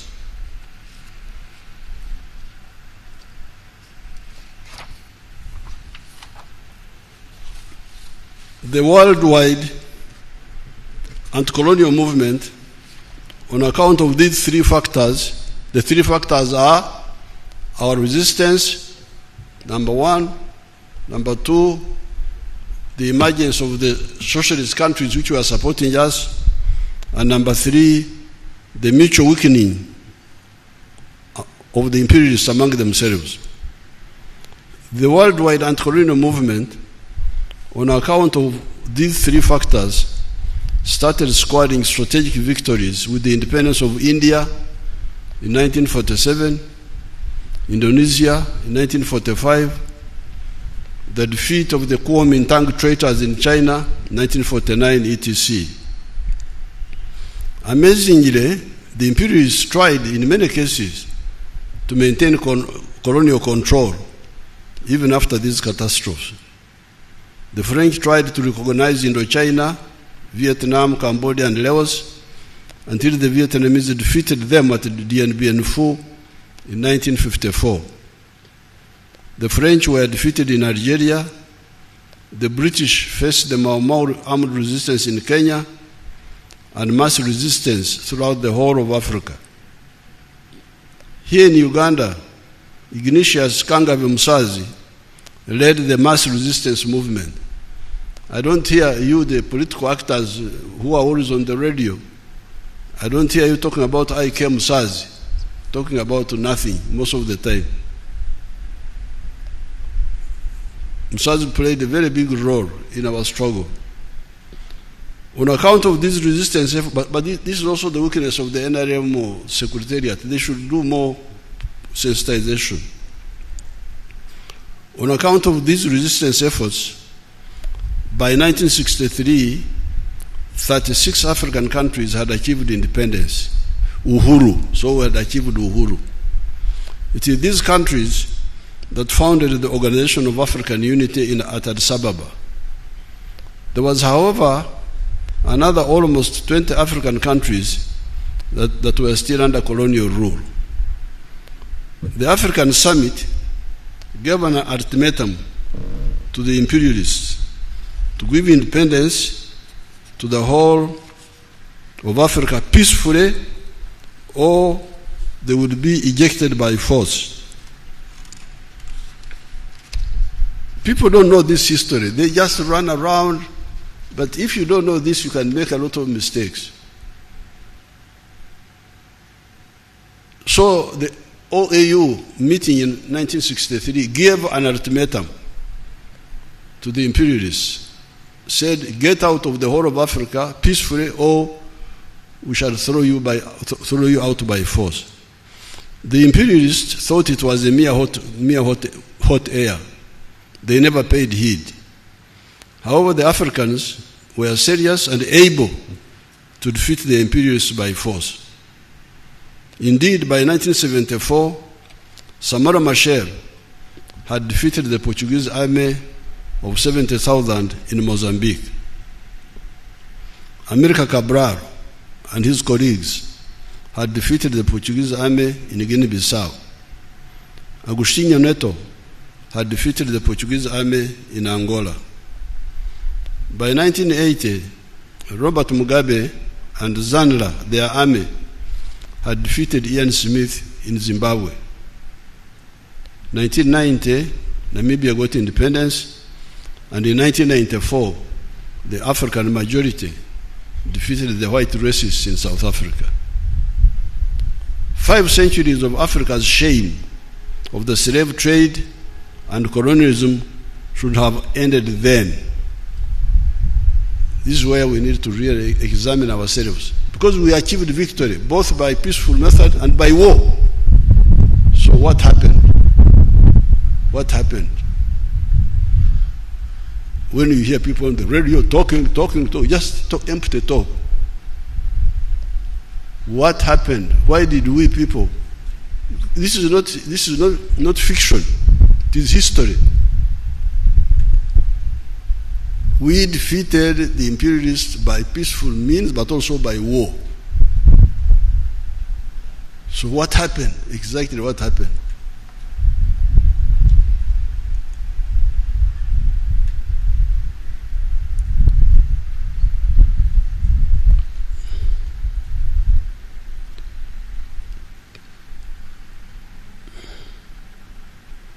Five centuries of Africa's shame of the slave trade and colonialism should have ended then. we had achieved independence, uhuru in the whole of Africa. The question was, where was umoja? Because you remember the slogan was uhuru na umoja. Now by 1994, the whole of Africa had achieved uhuru. So what happened to the umoja? In the meantime, the question was, where was umoja, unity? In the meantime, we who were participants in much of this time had to diagnose the problem. In that process, we established the 3 historical missions and the 4 ideological principles. To establish the missions and the principles, we would start with a question. Question number 1 was, do the Africans need, deserve, and are they entitled to prosperity like other peoples in the world, or are they not so entitled? That's the question we would ask. Are the Africans entitled, and do they deserve prosperity like all the other people in the world? If the answer is yes, the next question would be, where does prosperity come from? Can prosperity sustainably come from begging? Because you remember the issue of aid. Can you get prosperity through aid? Our answer was no. Prosperity can only come from producing a good or a service, which is what Honorable Kasej is saying, by being a wealth creator, producing a good or a service by an individual, a family, a company, etc., and selling it sustainably with Echibaro. Echibaro is the assessing the profitability. In that way, you will get income and solve your problems. That, however, raises another question. who will sustain or buy our goods or our services reliably with predictability? Because you can see what's happening in the world. The other time, you people, you said, well, we don't want our children to be homosexuals. Our children, we didn't say other people's children. We don't want our children to be homosexuals. Oh, and some of our friends who had given us market access took us off their AGOA list. Imagine.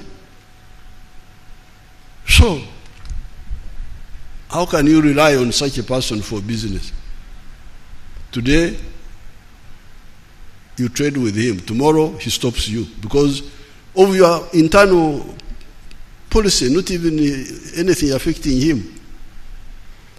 So, the third question, who will sustainably buy our goods or services reliably and with predictability? When we started the African tribes, including my own, the Banyankore Bahororo, we discovered that intra-tribal trade is either limited or completely absent. Why? It is because these communities sometimes produce similar products. The Banyankore Bahororo, for instance, all have milk, beef, bananas, etc. A does not buy from B and vice versa.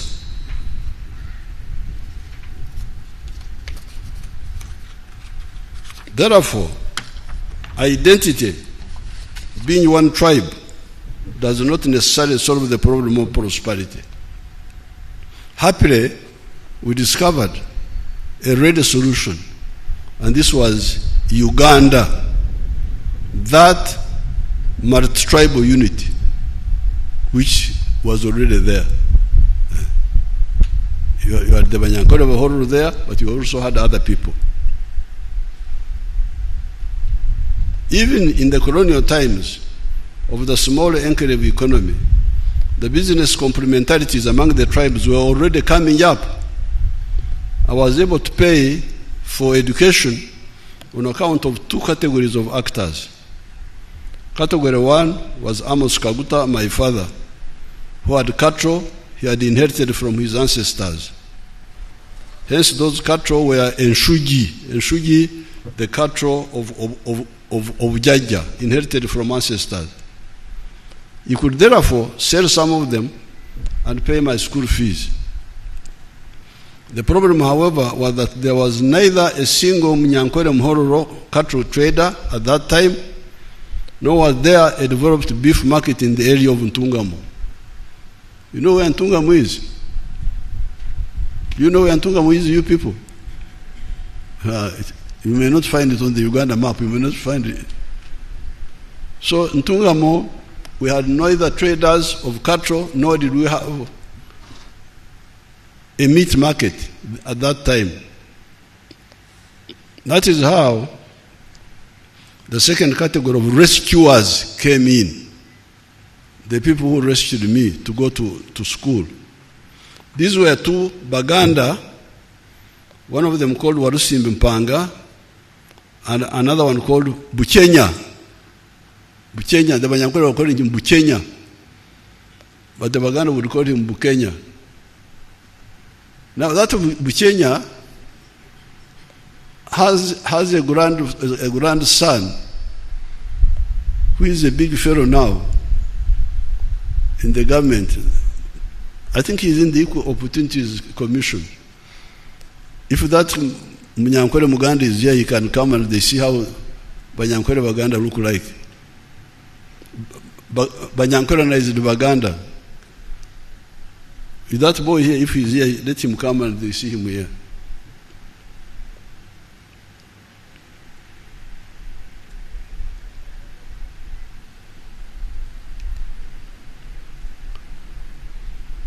And then there was also a white man, Shea. Was a white man, Shea.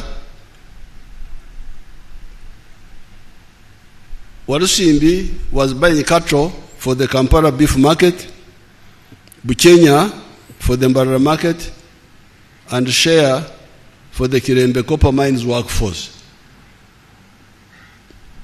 So it was these three people who supported my education. Warusimbi would buy the cows to bring them to Kampala. Bukenya would take them to the small Mbarara market. Share would take the cows to Kirembe market. Even at that time, the complementarity among the tribes was becoming clear. But even in the pre-colonial times, the interzones trade had become clear. Textiles, emyenda, were coming from the coast in Zanzibar. The glass beads and kwanzi were from the same source, and so were the guns. Ivory, emino, however, was coming from the interior of the African continent, and so were the salt, the backcloth, the hose, etc. It is this historical mission of the need for prosperity that led us to discover the first ideological principle of our movement, of the NRM. As the minister was saying, patriotism, love Uganda. Why? It is because you need it for your prosperity as a market, among other advantages. However, learning from the history of other countries and also seeing what is happening in Uganda once it settled down and started recovery, we discovered that the internal market is not enough. As we speak today, Uganda has got surplus of milk, maize, bananas, beef, sugar, cement, steel products of certain types, etc., as the minister was telling you here. Where do we sell all these? This is when the NRM asked the Ugandans the following questions. Number one, have you heard of East Africa? Because you are stuck with your products. Have you heard of East Africa?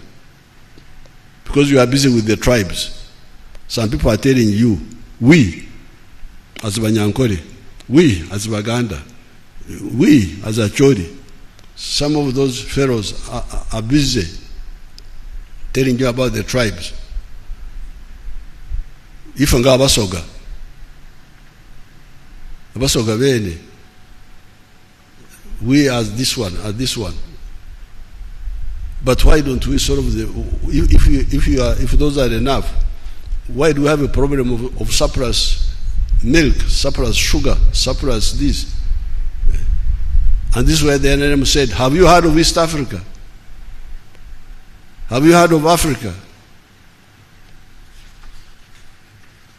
Why don't you check whether they can buy what we produce and also buy what they produce? Indeed, as I speak now, East Africa and Africa are already buying parts of our surpluses. Otherwise, these sectors of the economy would have collapsed by now. That is how the NRM identified the second ideological principle of Pan-Africanism. Pan-Africanism. Love Africa. Why?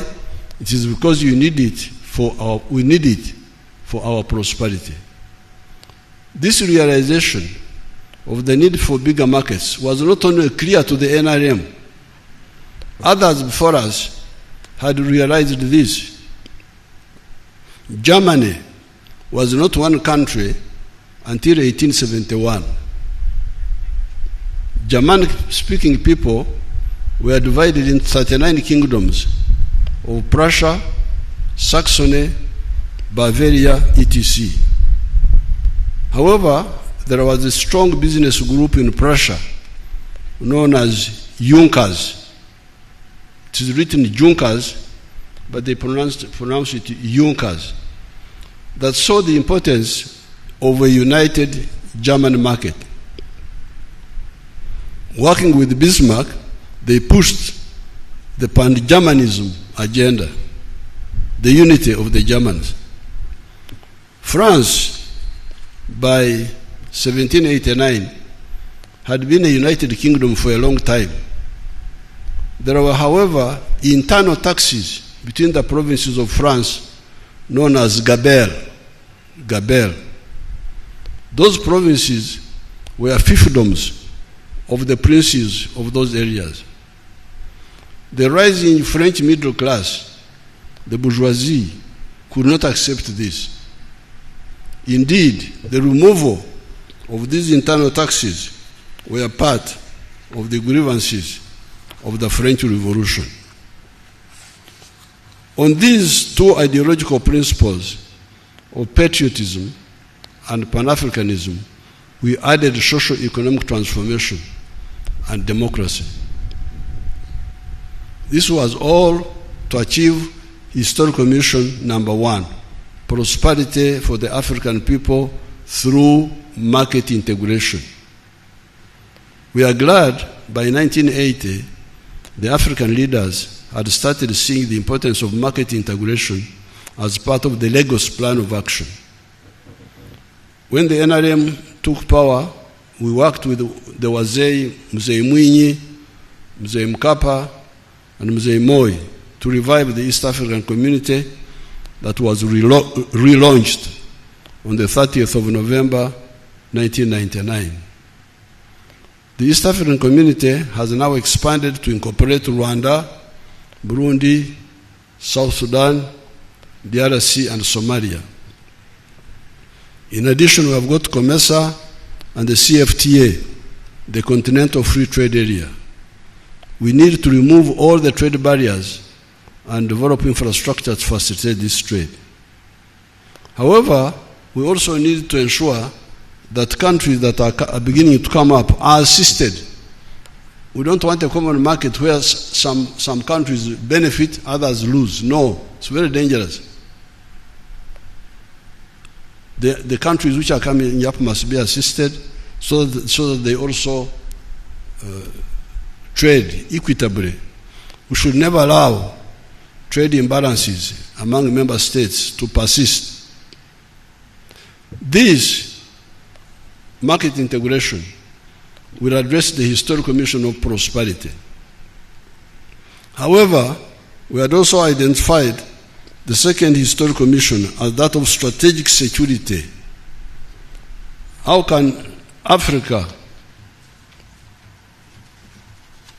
ensure that never again would its people be threatened by anybody having gone through the 5 centuries of the slave trade, colonialism, and neocolonialism? Economic integration, if it is fully implemented, will address the issue of prosperity. However, during the Second World War, the developed countries of Holland, Belgium, Denmark, France, Norway, etc. became victims of German aggression. They are being developed notwithstanding. It was the Soviet Union and later the USA and UK that defeated the hegemonic Hitler. Even we, the Africans, 500,000 of Africans took part in that war, as did 2.5 million Indians who took part in that war to save those countries, France and Holland and all that. The highly developed Israel, in terms of technology, would find it difficult to survive in that zone without the cover of the United States of America.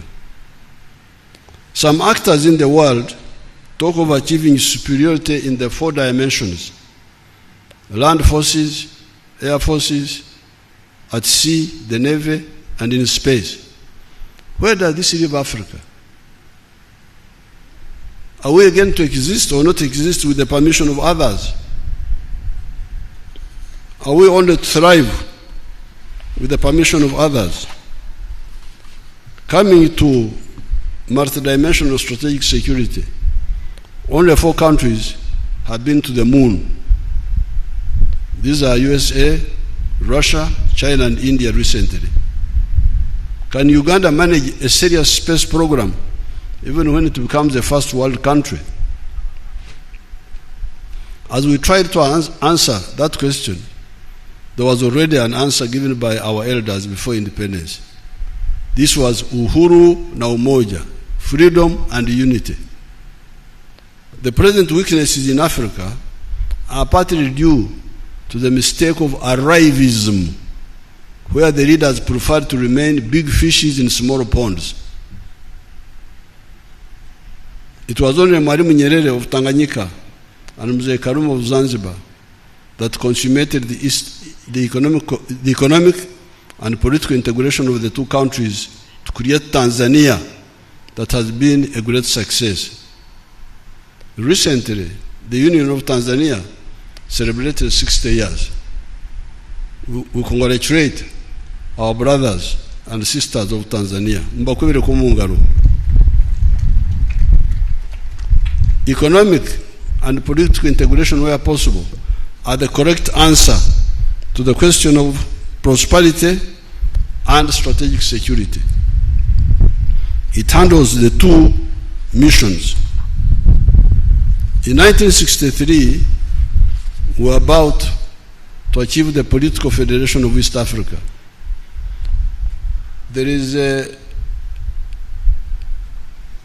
picture which I will give to some of the you can see it there. That picture. I have that picture. I will give it to a few people after my speech. But that was 1963, Uganda, August. They were saying federation this year, Federation of East Africa this year. That's what they were saying. Thank you. You can see the declaration, that declaration by our leaders. However, along the way, some of them developed cold feet. That is why Mwalimu Nyerere and Mzee Karume must be hailed as some of the most devoted Africans that have ever lived. You can be sure that if that federation had taken off, so many of the problems that afflicted us could have been avoided. Certainly, Amin would never have taken power in Uganda. If that federation were there, Idi Amin would never have taken power in Uganda here. Maybe the problems of Rwanda and Burundi could have been handled differently. The problems of South Sudan and Somalia could possibly have been handled differently, as would have been the problems of Congo. Why do I say this? Uganda, Kenya, and Tanzania, under one political authority, would have been so strong that their voice in these matters would have been decisive. I remember, for instance, our leaders then took a stand on the issue of Congo in 1965. Soon, however, the states started taking divergent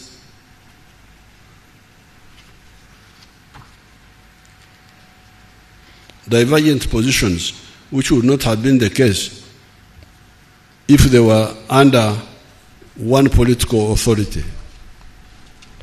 We must again salute Mwalimu Nyerere and Tanzania, because without the support of much of Africa, except for Zambia, Botswana, Algeria, Nasser's Egypt, and Guinea-Conakry, they were able to be a reliable rear base for the anti-colonial armed struggle that raged in Southern Africa from 1962 to 1994, when South Africa achieved freedom. It is a pity that after victory, we only got Uhuru, independence, and not Umoja, unity, especially political integration. The third historical mission we identified was the Undugu, brotherhood of the 1.5 billion African people. These people belong to only 4 linguistic groups: the Niger-Congo, the Bantus and the Kwa, the Nilo-Saharan, the Nilotics, the Cushitic and the Sudanic, the Afro-Asiatic, Arabic, Amharic, and Tigrinya, and the Khoisan, the group in South Africa. Recently, I had a delegation from Congo, but we did not have a French translator. However, there was a Runyoro Rutoro speaker from Ituri province in Congo, Tebasima Atenyi. I therefore spoke in Runyoro, and he translated to the rest in French. This was just like 2 weeks ago when I had a group from Congo. I was speaking in Runyoro, and he was translating to those people in French. Apart from similar Interakistian, Bantu, and Nilotic dialects, we have the good luck of Swahili, which is a neutral, non-tribal dialect developed by our ancestors when they met at the East African coast to conduct business. Therefore, the third historical mission is a question, in quotes: why can't the responsible political actors use the undugu, the brotherhood, similarities or linkages of these people to create units that support the other two historical missions of prosperity and strategic security? You don't hear anybody talking, this is political class, talking about, I don't know what they talk about on TV. I normally once in a while watch, talking nothing. How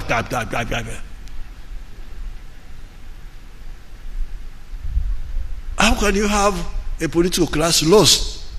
Because when we were young, we were very much involved. Whatever happened in the whole of Africa, we were involved. In 1968, I went to Mozambique, to the liberated zone with some other students. I was not a Mozambican.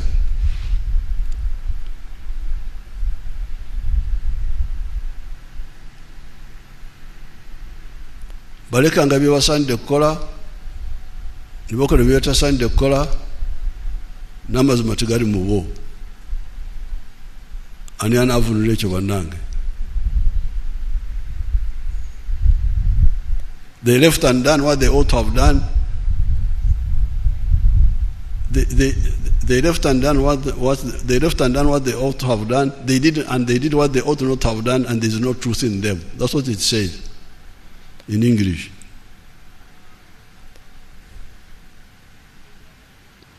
With these three historical missions and the four ideological principles, we were able to shape our strategy vis-à-vis Africa. The movement, when you talk of movement, you are talking about the three historical missions and four ideological principles. Not about me. You are not important. Elect me. Elect you for what? Because you are handsome, because you are what? What medicine do you have for us? What medicine do you have for us? We need a medicine for our problems.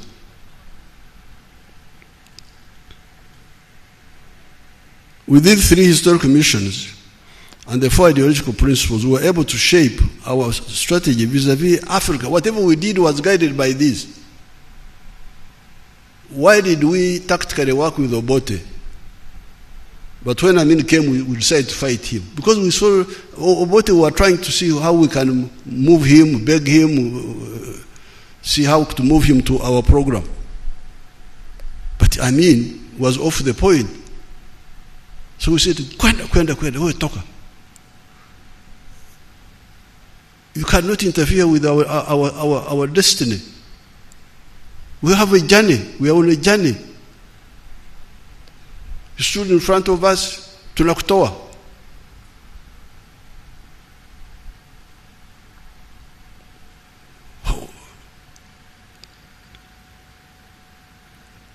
The strategy that we always commend, this strategy we always commend to our supporters, is to work for economic integration of the whole of Africa so as to support prosperity of the African people and support the additional political integration in the parts of Africa where it is feasible by creating political federations, such as the Political Federation of East Africa.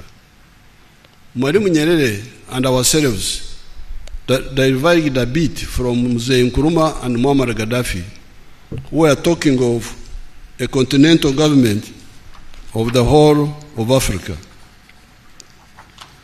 We do not think that such a target of a continental government of the whole of Africa was either feasible or even desirable, because the whole of Africa does not possess enough similarities and linkages to be cohesive, a necessary prerequisite for political integration. East Africa is, and with the use of Swahili, can be very cohesive. The whole of Africa should be one common market.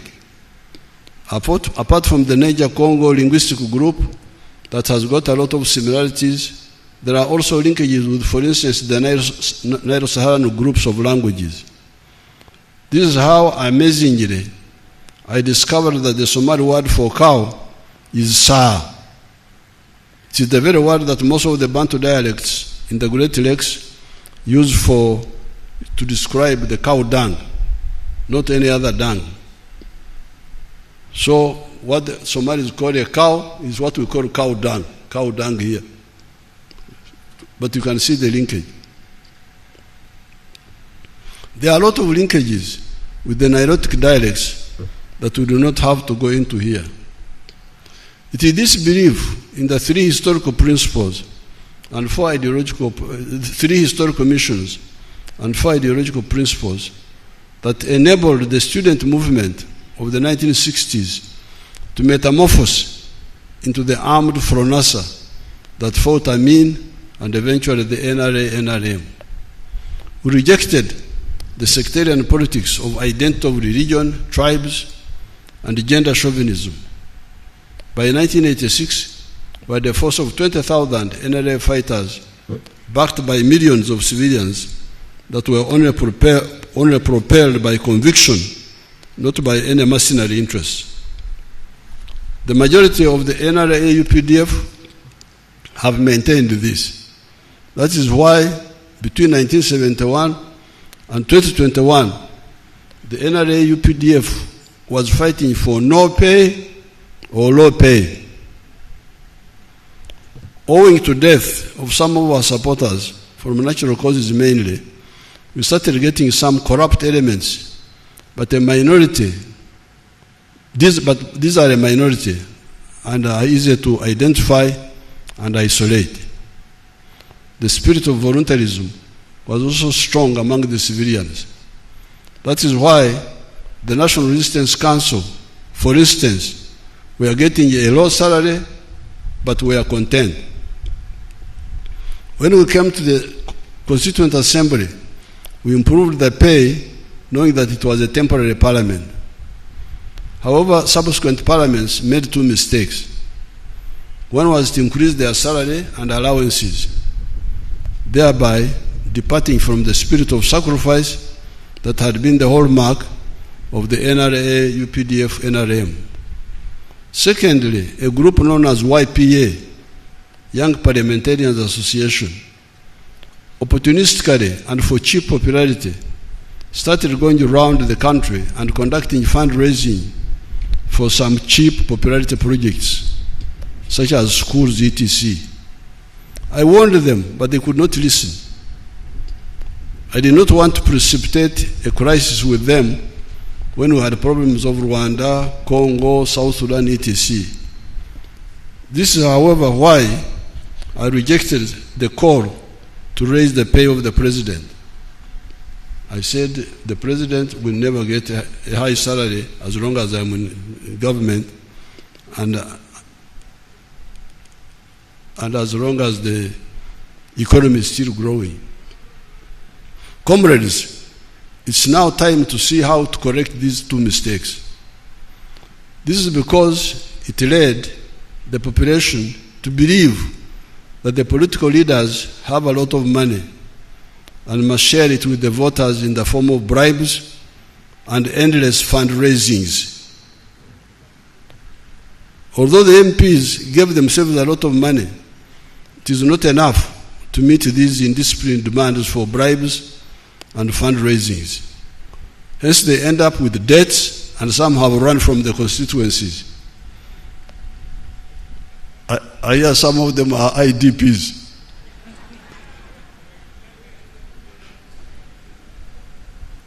Internally displaced persons.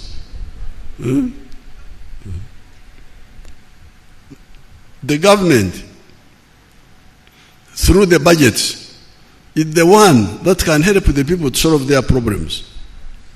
Programs like NADS, Operation Wealth Creation, PDM, Emyoga, etc., have already shown that they can liberate people from poverty.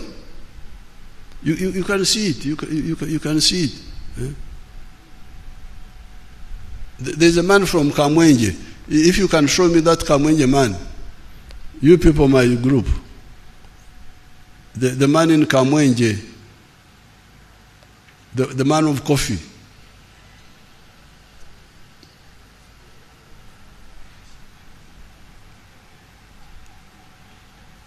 The man of coffee.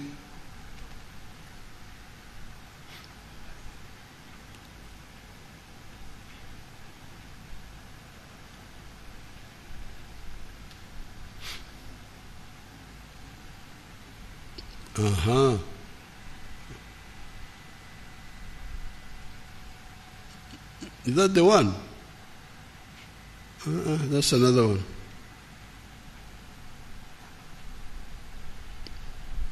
The one of Kamwenje was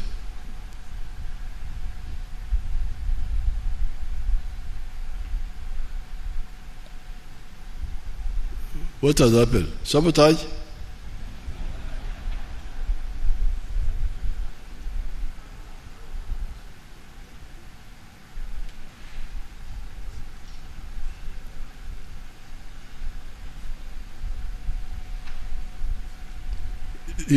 That one was interesting because he used NADs and get him, when you get him, put him,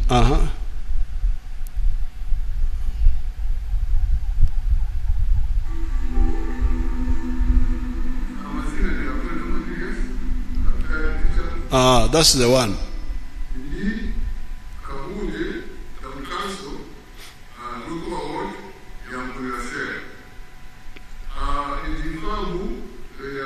And family enterprises, iliha acres makumi atanu hano mazireho imyaka mingi iri kurenga 30 kuko mu gihe cy'imyaka 30 imyaka yo kubanza mingi kandi umuhingi w'ibicori kandi inkinje cy'ibicori bingi munonga kuko kuna kutandika no his excellency ya ina PMA plan for modernization of agriculture. Then of recent, we quite 4-acre model. Then when I think of Mubichori. I woke up Mubichori, camping acres and acres. Hamherwajona, Ishangani Mukatani, Keishatu, Ukuzubuza, Ishangani Muka million name. The important thing is that this man moved into coffee and all those things. When we were with NADS, PMA, there was something we were calling PMA, Plan for Modernization of Agriculture, which was like NADS. Then he started growing coffee. So what I'm saying here, the government, through the budgets, is the one that can help the people to solve their problems. Programs like NADS, Operation Wealth Creation, PDM, Emyoga, etc., have already shown that they can liberate people from poverty. The current coffee boom was on account of the government scientists who developed the improved clonal coffee, different from the old variety that the people in Bushenyi had abandoned for the dairy industry.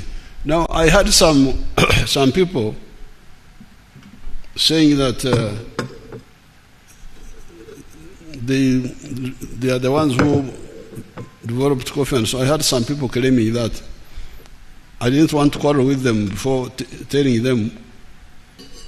But coffee and all these enterprises, that is the grandson of Buchenya. Zahari Uganda abantu is half Uganda, half Munyankole. Bagambira Buchenya kuyagire mbara. Tell them in English. Thank you very much, Excellency the President. My name is close friend to His Excellency the President. I am privileged, Your Excellency, that my grandparents migrated and found themselves in Mbarara. So for us, we are actually very more fluent in Runyankore more than Luganda, although I'm called Seruwaji Habib. I thank Your Excellency for giving me an opportunity. Wafe Mbarara Katete. Bajaja bagenda yodi. Bajaja bagenda y'olukumi lwenda nsanvu. Era bakwata ettaka ddene nnyo. Nsanvu. Nsanvu 1970. No. This was in the 1950s. Yes, antikati, Your Excellency, ffe twabasanga, baatuzaalanga gye tuli. Ne baali balina ettaka ddene nnyo. No, you go and find out from your parents if they are. Thank you, Your Excellency. Okay, again. Thank you very much. This was in the 50s. Oyomwana gamba 70.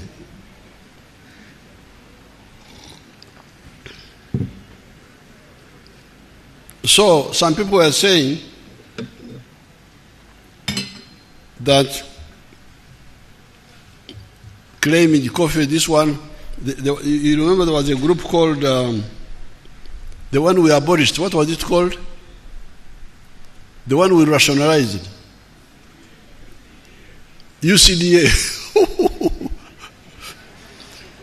UCDA. They were saying, we are the ones who developed coffee.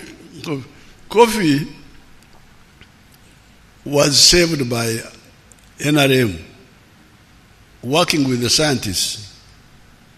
When we developed improved the Chrono coffee, which was yielding much more than the other coffee of the 1960s, 50s.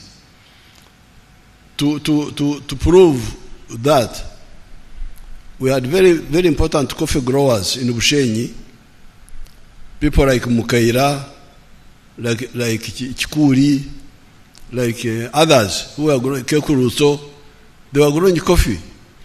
But because the coffee price collapsed in the 60s, I think, they abandoned and went to cows. Up to now, they are big dairy farmers. They had abandoned coffee. We are the ones who rescued coffee. So it is the government. The current coffee boom was on account of the government scientists who developed the improved Chrono coffee, different from the old variety that people in Bushenyi had abandoned for the dairy industry. The dairy industry in the cattle corridor, you can see it for yourself, what it is doing there. If you can show us people like Kabera, the one of Gomba. Can you show us Kabera of Gomba?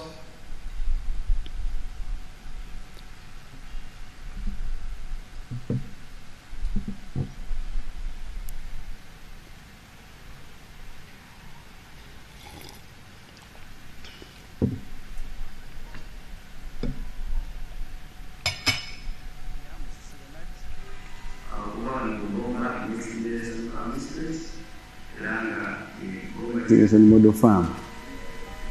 Nze farm manager farm eno yatandikibwa omwami Kalera Philip era nga yawangula empaka z'omulimi asinga 2 eziteekebwa Vision Group mu ggwanga lyonna.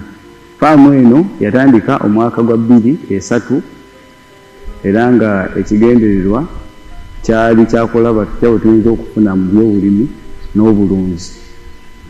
Twatandika nga tulunda ente ezaffe ennansi oba ze tuyita Enyankole paka mu mwaka gwa 2018 bwe twalaba nti ettaka lye twalina obunene bwalyo eka 405 amagoba ge twajjangamu otunulidde vali y'ettaka nga tegenkanankana na kapito oyo ali mu ttaka twalaba nti bizinesi tekola ne tukyusa ne tudda mu okulima okw'ekibalo mu 2019 ne tutandika olunda ente ez'amata ez'omubuyumba, enkoko, kulima amatooke, emmwanyi, kulunda embizzi n'okuteekawo ettendekero lisomesa abasawo b'ebisolo n'abalimisa. Twatandika ettendekero lino erya Gomba Next Generation Farm Institute okutendeka abavubuka. Twakizuula nti abavubuka bangi baagala nnyo okwenyigira mu by'obulimi n'obulunzi naye nga babulamu obukugu obuli practical twandiyise hand zone, nti twakizuula nti abavubuka bangi bafuluma mu matendekero ag'ebyobulimi n'obulunzi naye nga balina theory mungi naye ng'okukwatako okukola faama kikyayagala oba yeekeni kyayagala okwekolera nga tebakimanyi. Ekitufuula ab'enjawulo nti abaana baffe tubayigiriza nga bakolera ddala ekyo okugeza nti okuwaka ssente okuzijjanjaba kuba faamu eriko ente 5 tegeeza ente ezo zibamala okusomerako.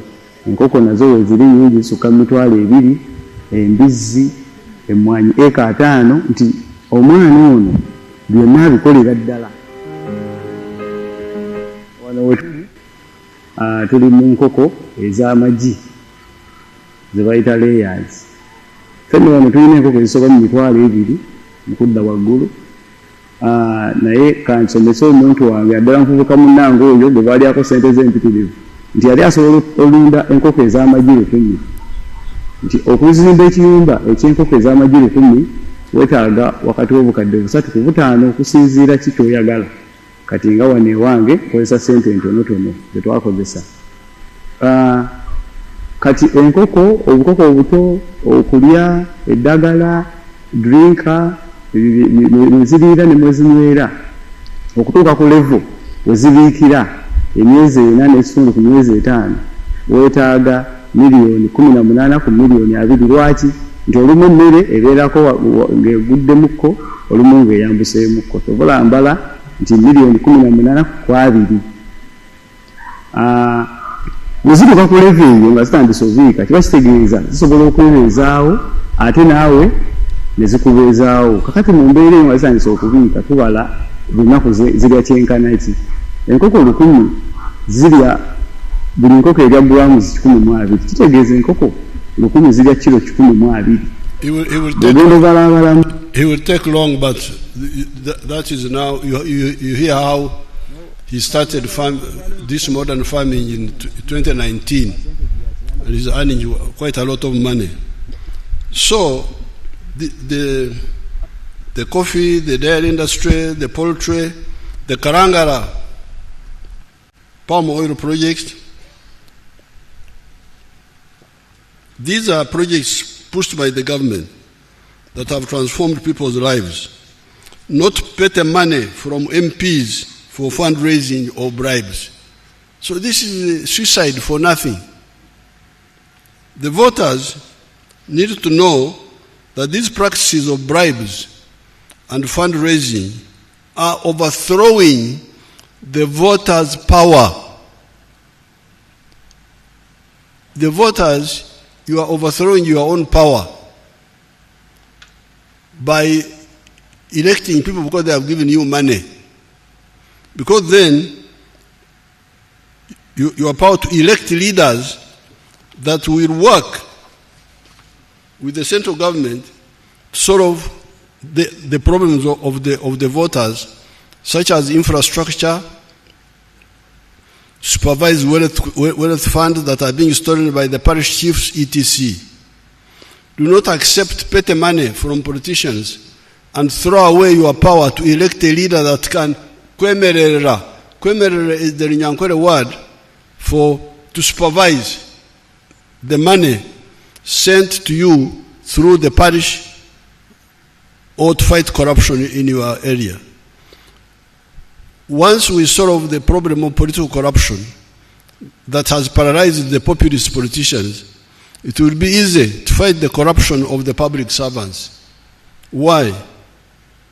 It is because we have a reliable source for Okurega. Okurega is whistleblowing.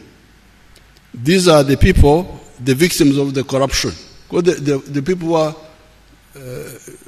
the people who are deprived of these services, the population are the victims of the corruption. In the 1960s, we would go to the people. They had all the information. The big changes that are happening in Uganda are by the following actors. The National Resistance Army, UPDF, that liberated the country and has been ensuring peace ever since. The wealth creators in the four sectors of agriculture, manufacturing, services, and ICT. The government scientists that make innovations, and the responsible members of the political class that have been supporting the NRM programs. It is therefore not fair for some actors to spoil these successes. Some people say that they give bribes because Museveni is always giving the khaki envelope to members of the population. Mureke kutahama hizi nebyondo. Do not draw water mixed with mud. Do not mix up issues. The brown envelopes I give are part of the ancient tradition here. It is called okorongora. It is the king who does that to the singers or wrestlers, etc. President is the modern king.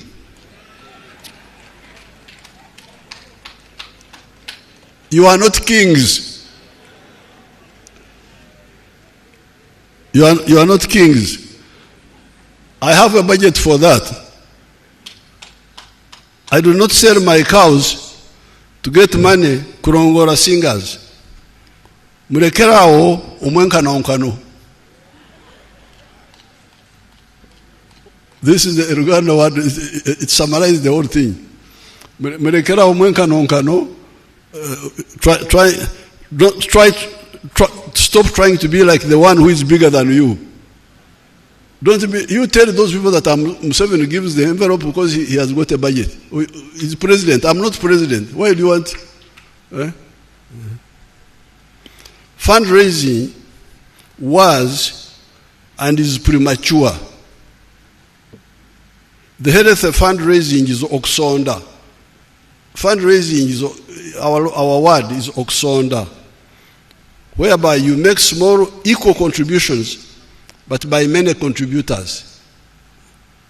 In the 1950s, Mzee Kaguta sometimes would participate in Oksondera to contribute for Enjoga. Enjoga, a pot full of ruagwa, of banana alcohol.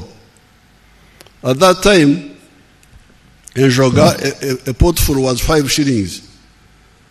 5 people would contribute 1 shilling each. That's the Kusonda, that is the fundraising. You contribute equal, small amounts that you can afford. But with what's happening now,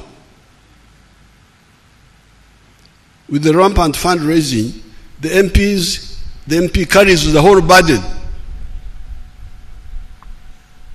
The MP carries the whole burden. It is really extortion. But it was instigated by the MPs who created the impression that they had the type of money when they did not have. Even the church leaders and other elders should ask those young mistake makers the following question. Naye mwana wange, esente zino zonna ozijjawa? That's what I would ask my people if I saw young people throwing around money.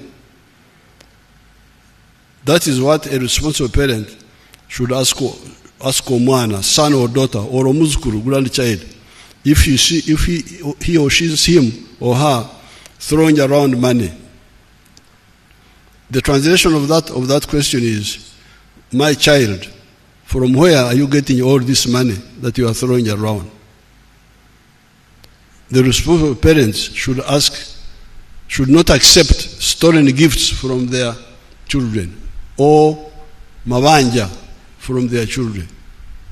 So I thought this is what I wanted to comment on the issue of the political corruption and the other corruption. Now,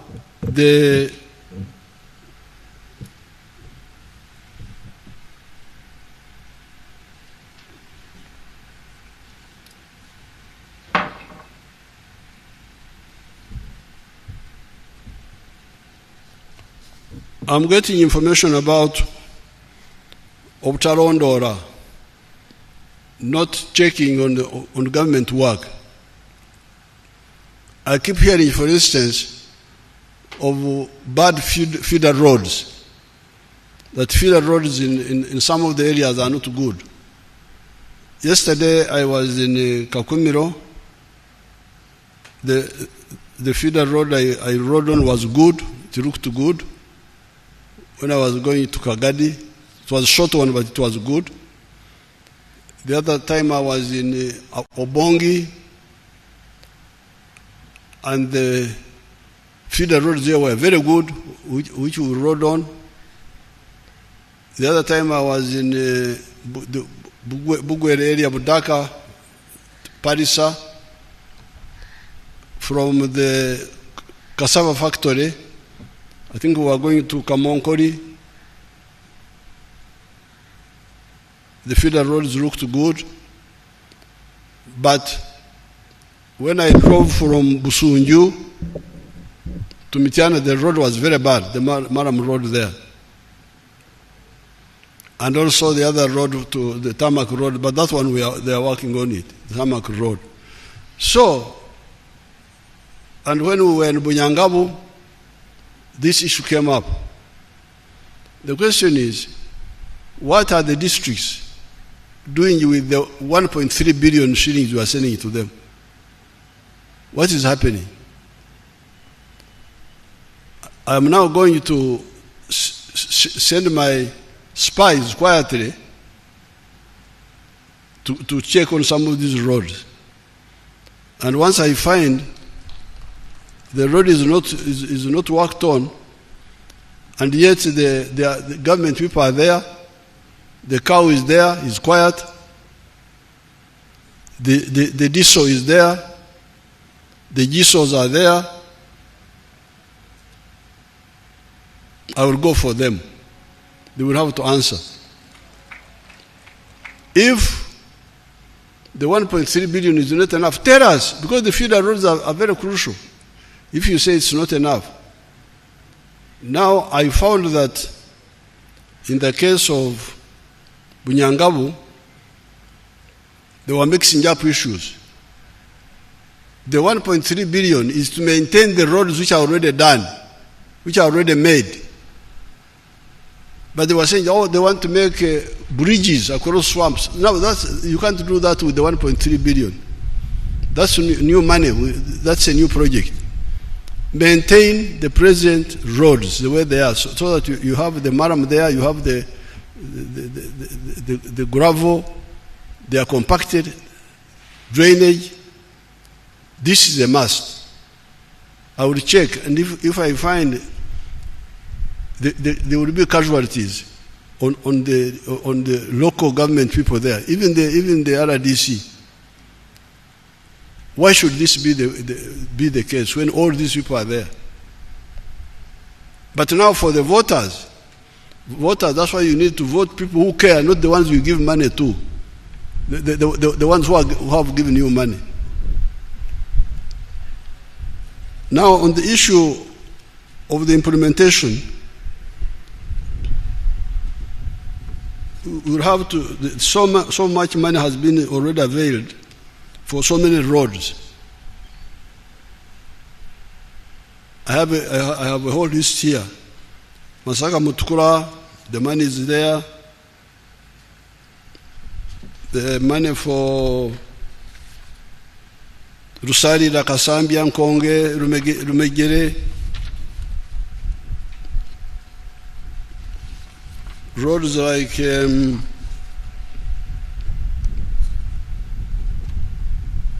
Moyo, Afoji, Katuna, Muko, Kamganguzi,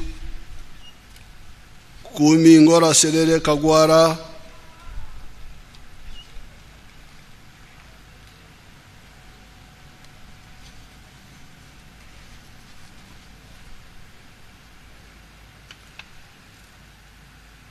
Kampala, Maraba, meter gauge, Kitugu, Michidepo,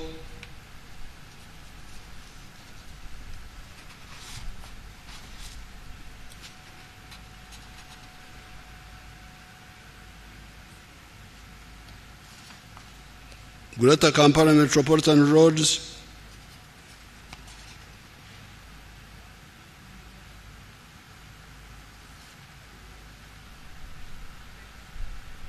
so the MPs should follow up this money which is already provided, because I have got a long list here of the money already provided, some of it from loans.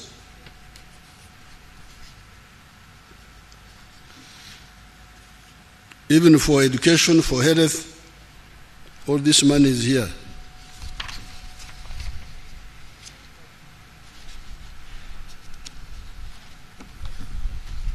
Now, finally,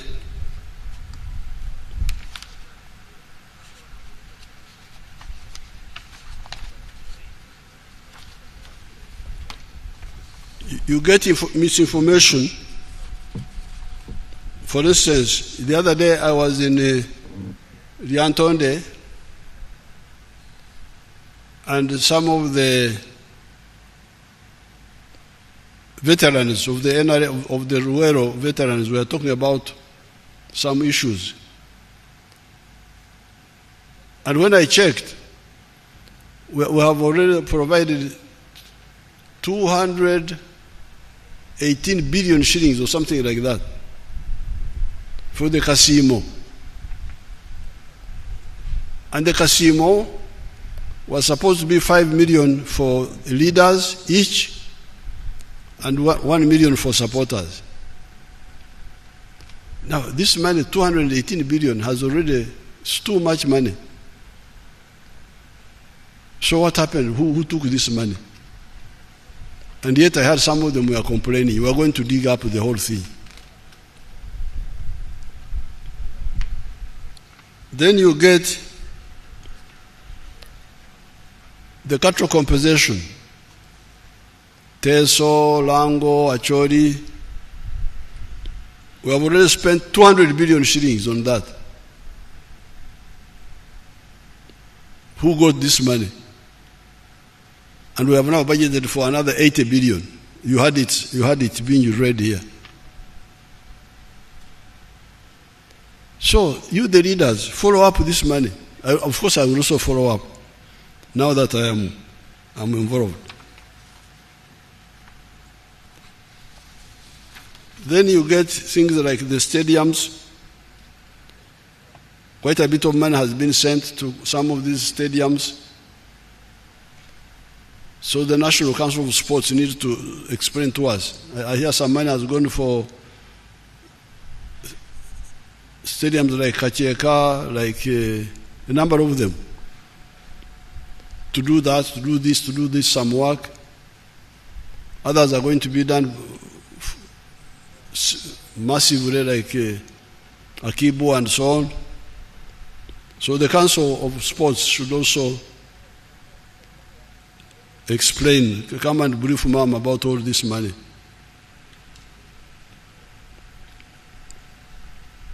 Now, finally, I saw some issue about the digital number plates of vehicles.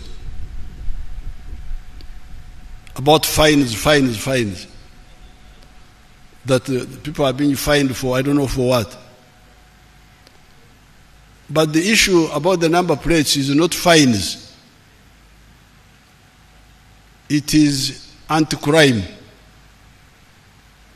I want my people to put on the TV a picture I saw in today's paper. Put that picture, if you have it.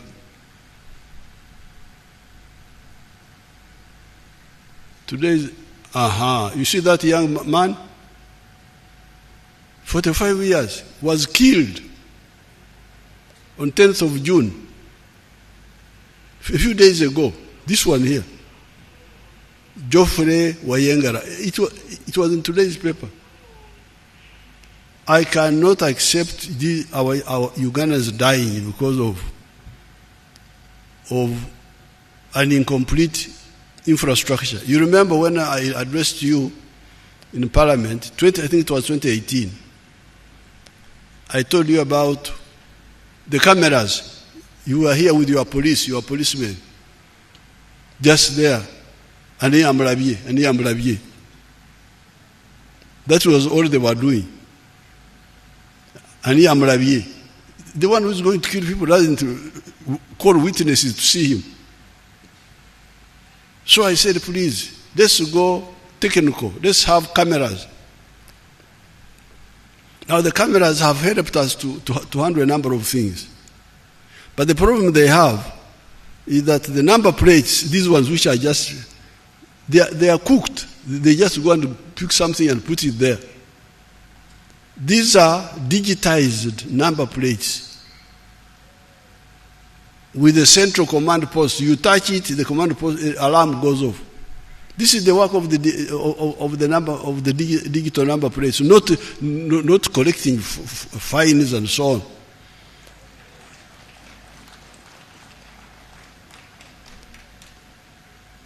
I think the confusion about fines could be because we didn't have money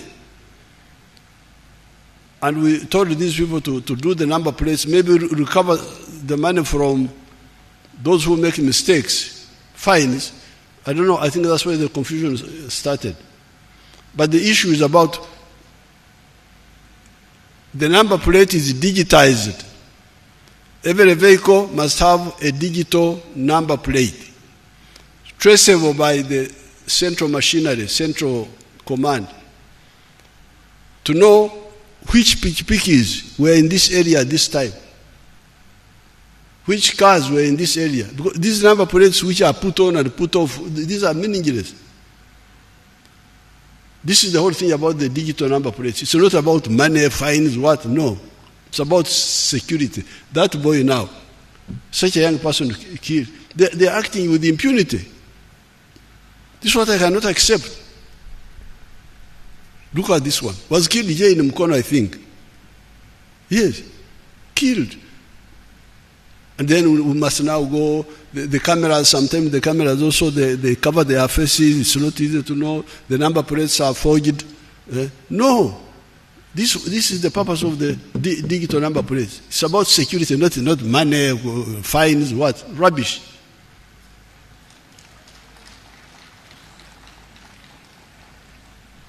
Apoyo Matek Rubangatiye.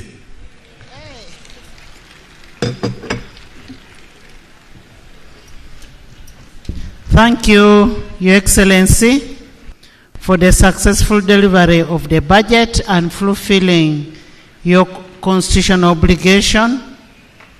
We reiterate our commitment as legislature to apply its mandate to the realization of the progressive intentions for the country and its citizens. Honorable members and all the invited guests, you have been invited for a cocktail. I didn't know I had a standing ovation, so I must bow.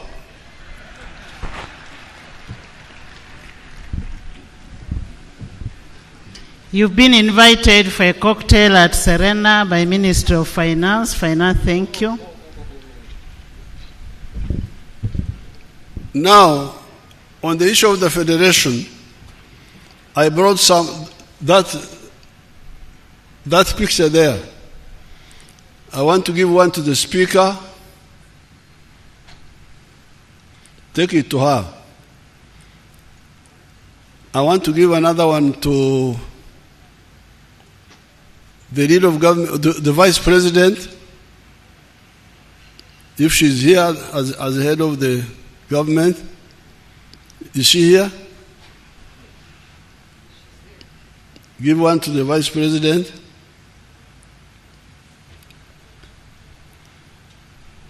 Give another one to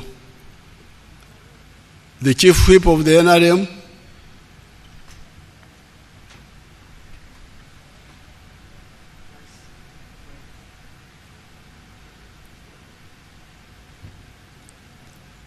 Give another one to the leader of the opposition. Have you heard of that person?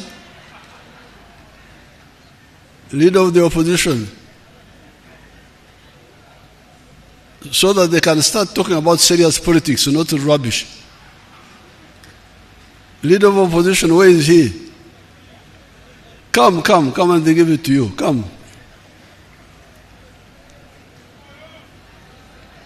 That one there.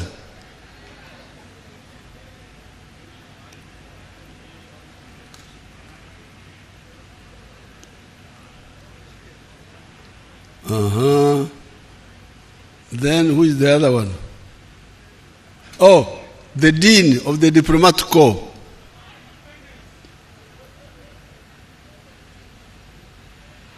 The Dean of the Diplomat Corps. Who is the Dean now?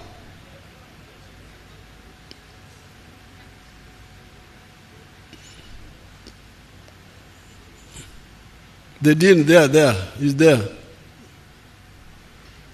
Okay, thank you so much. Thank you. Apoyo Matek. Adjournment.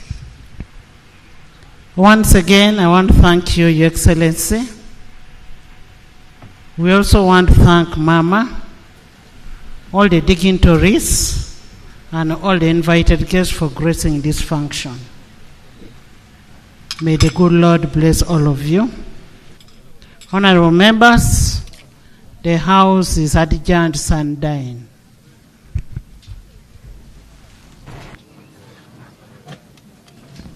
The anthems.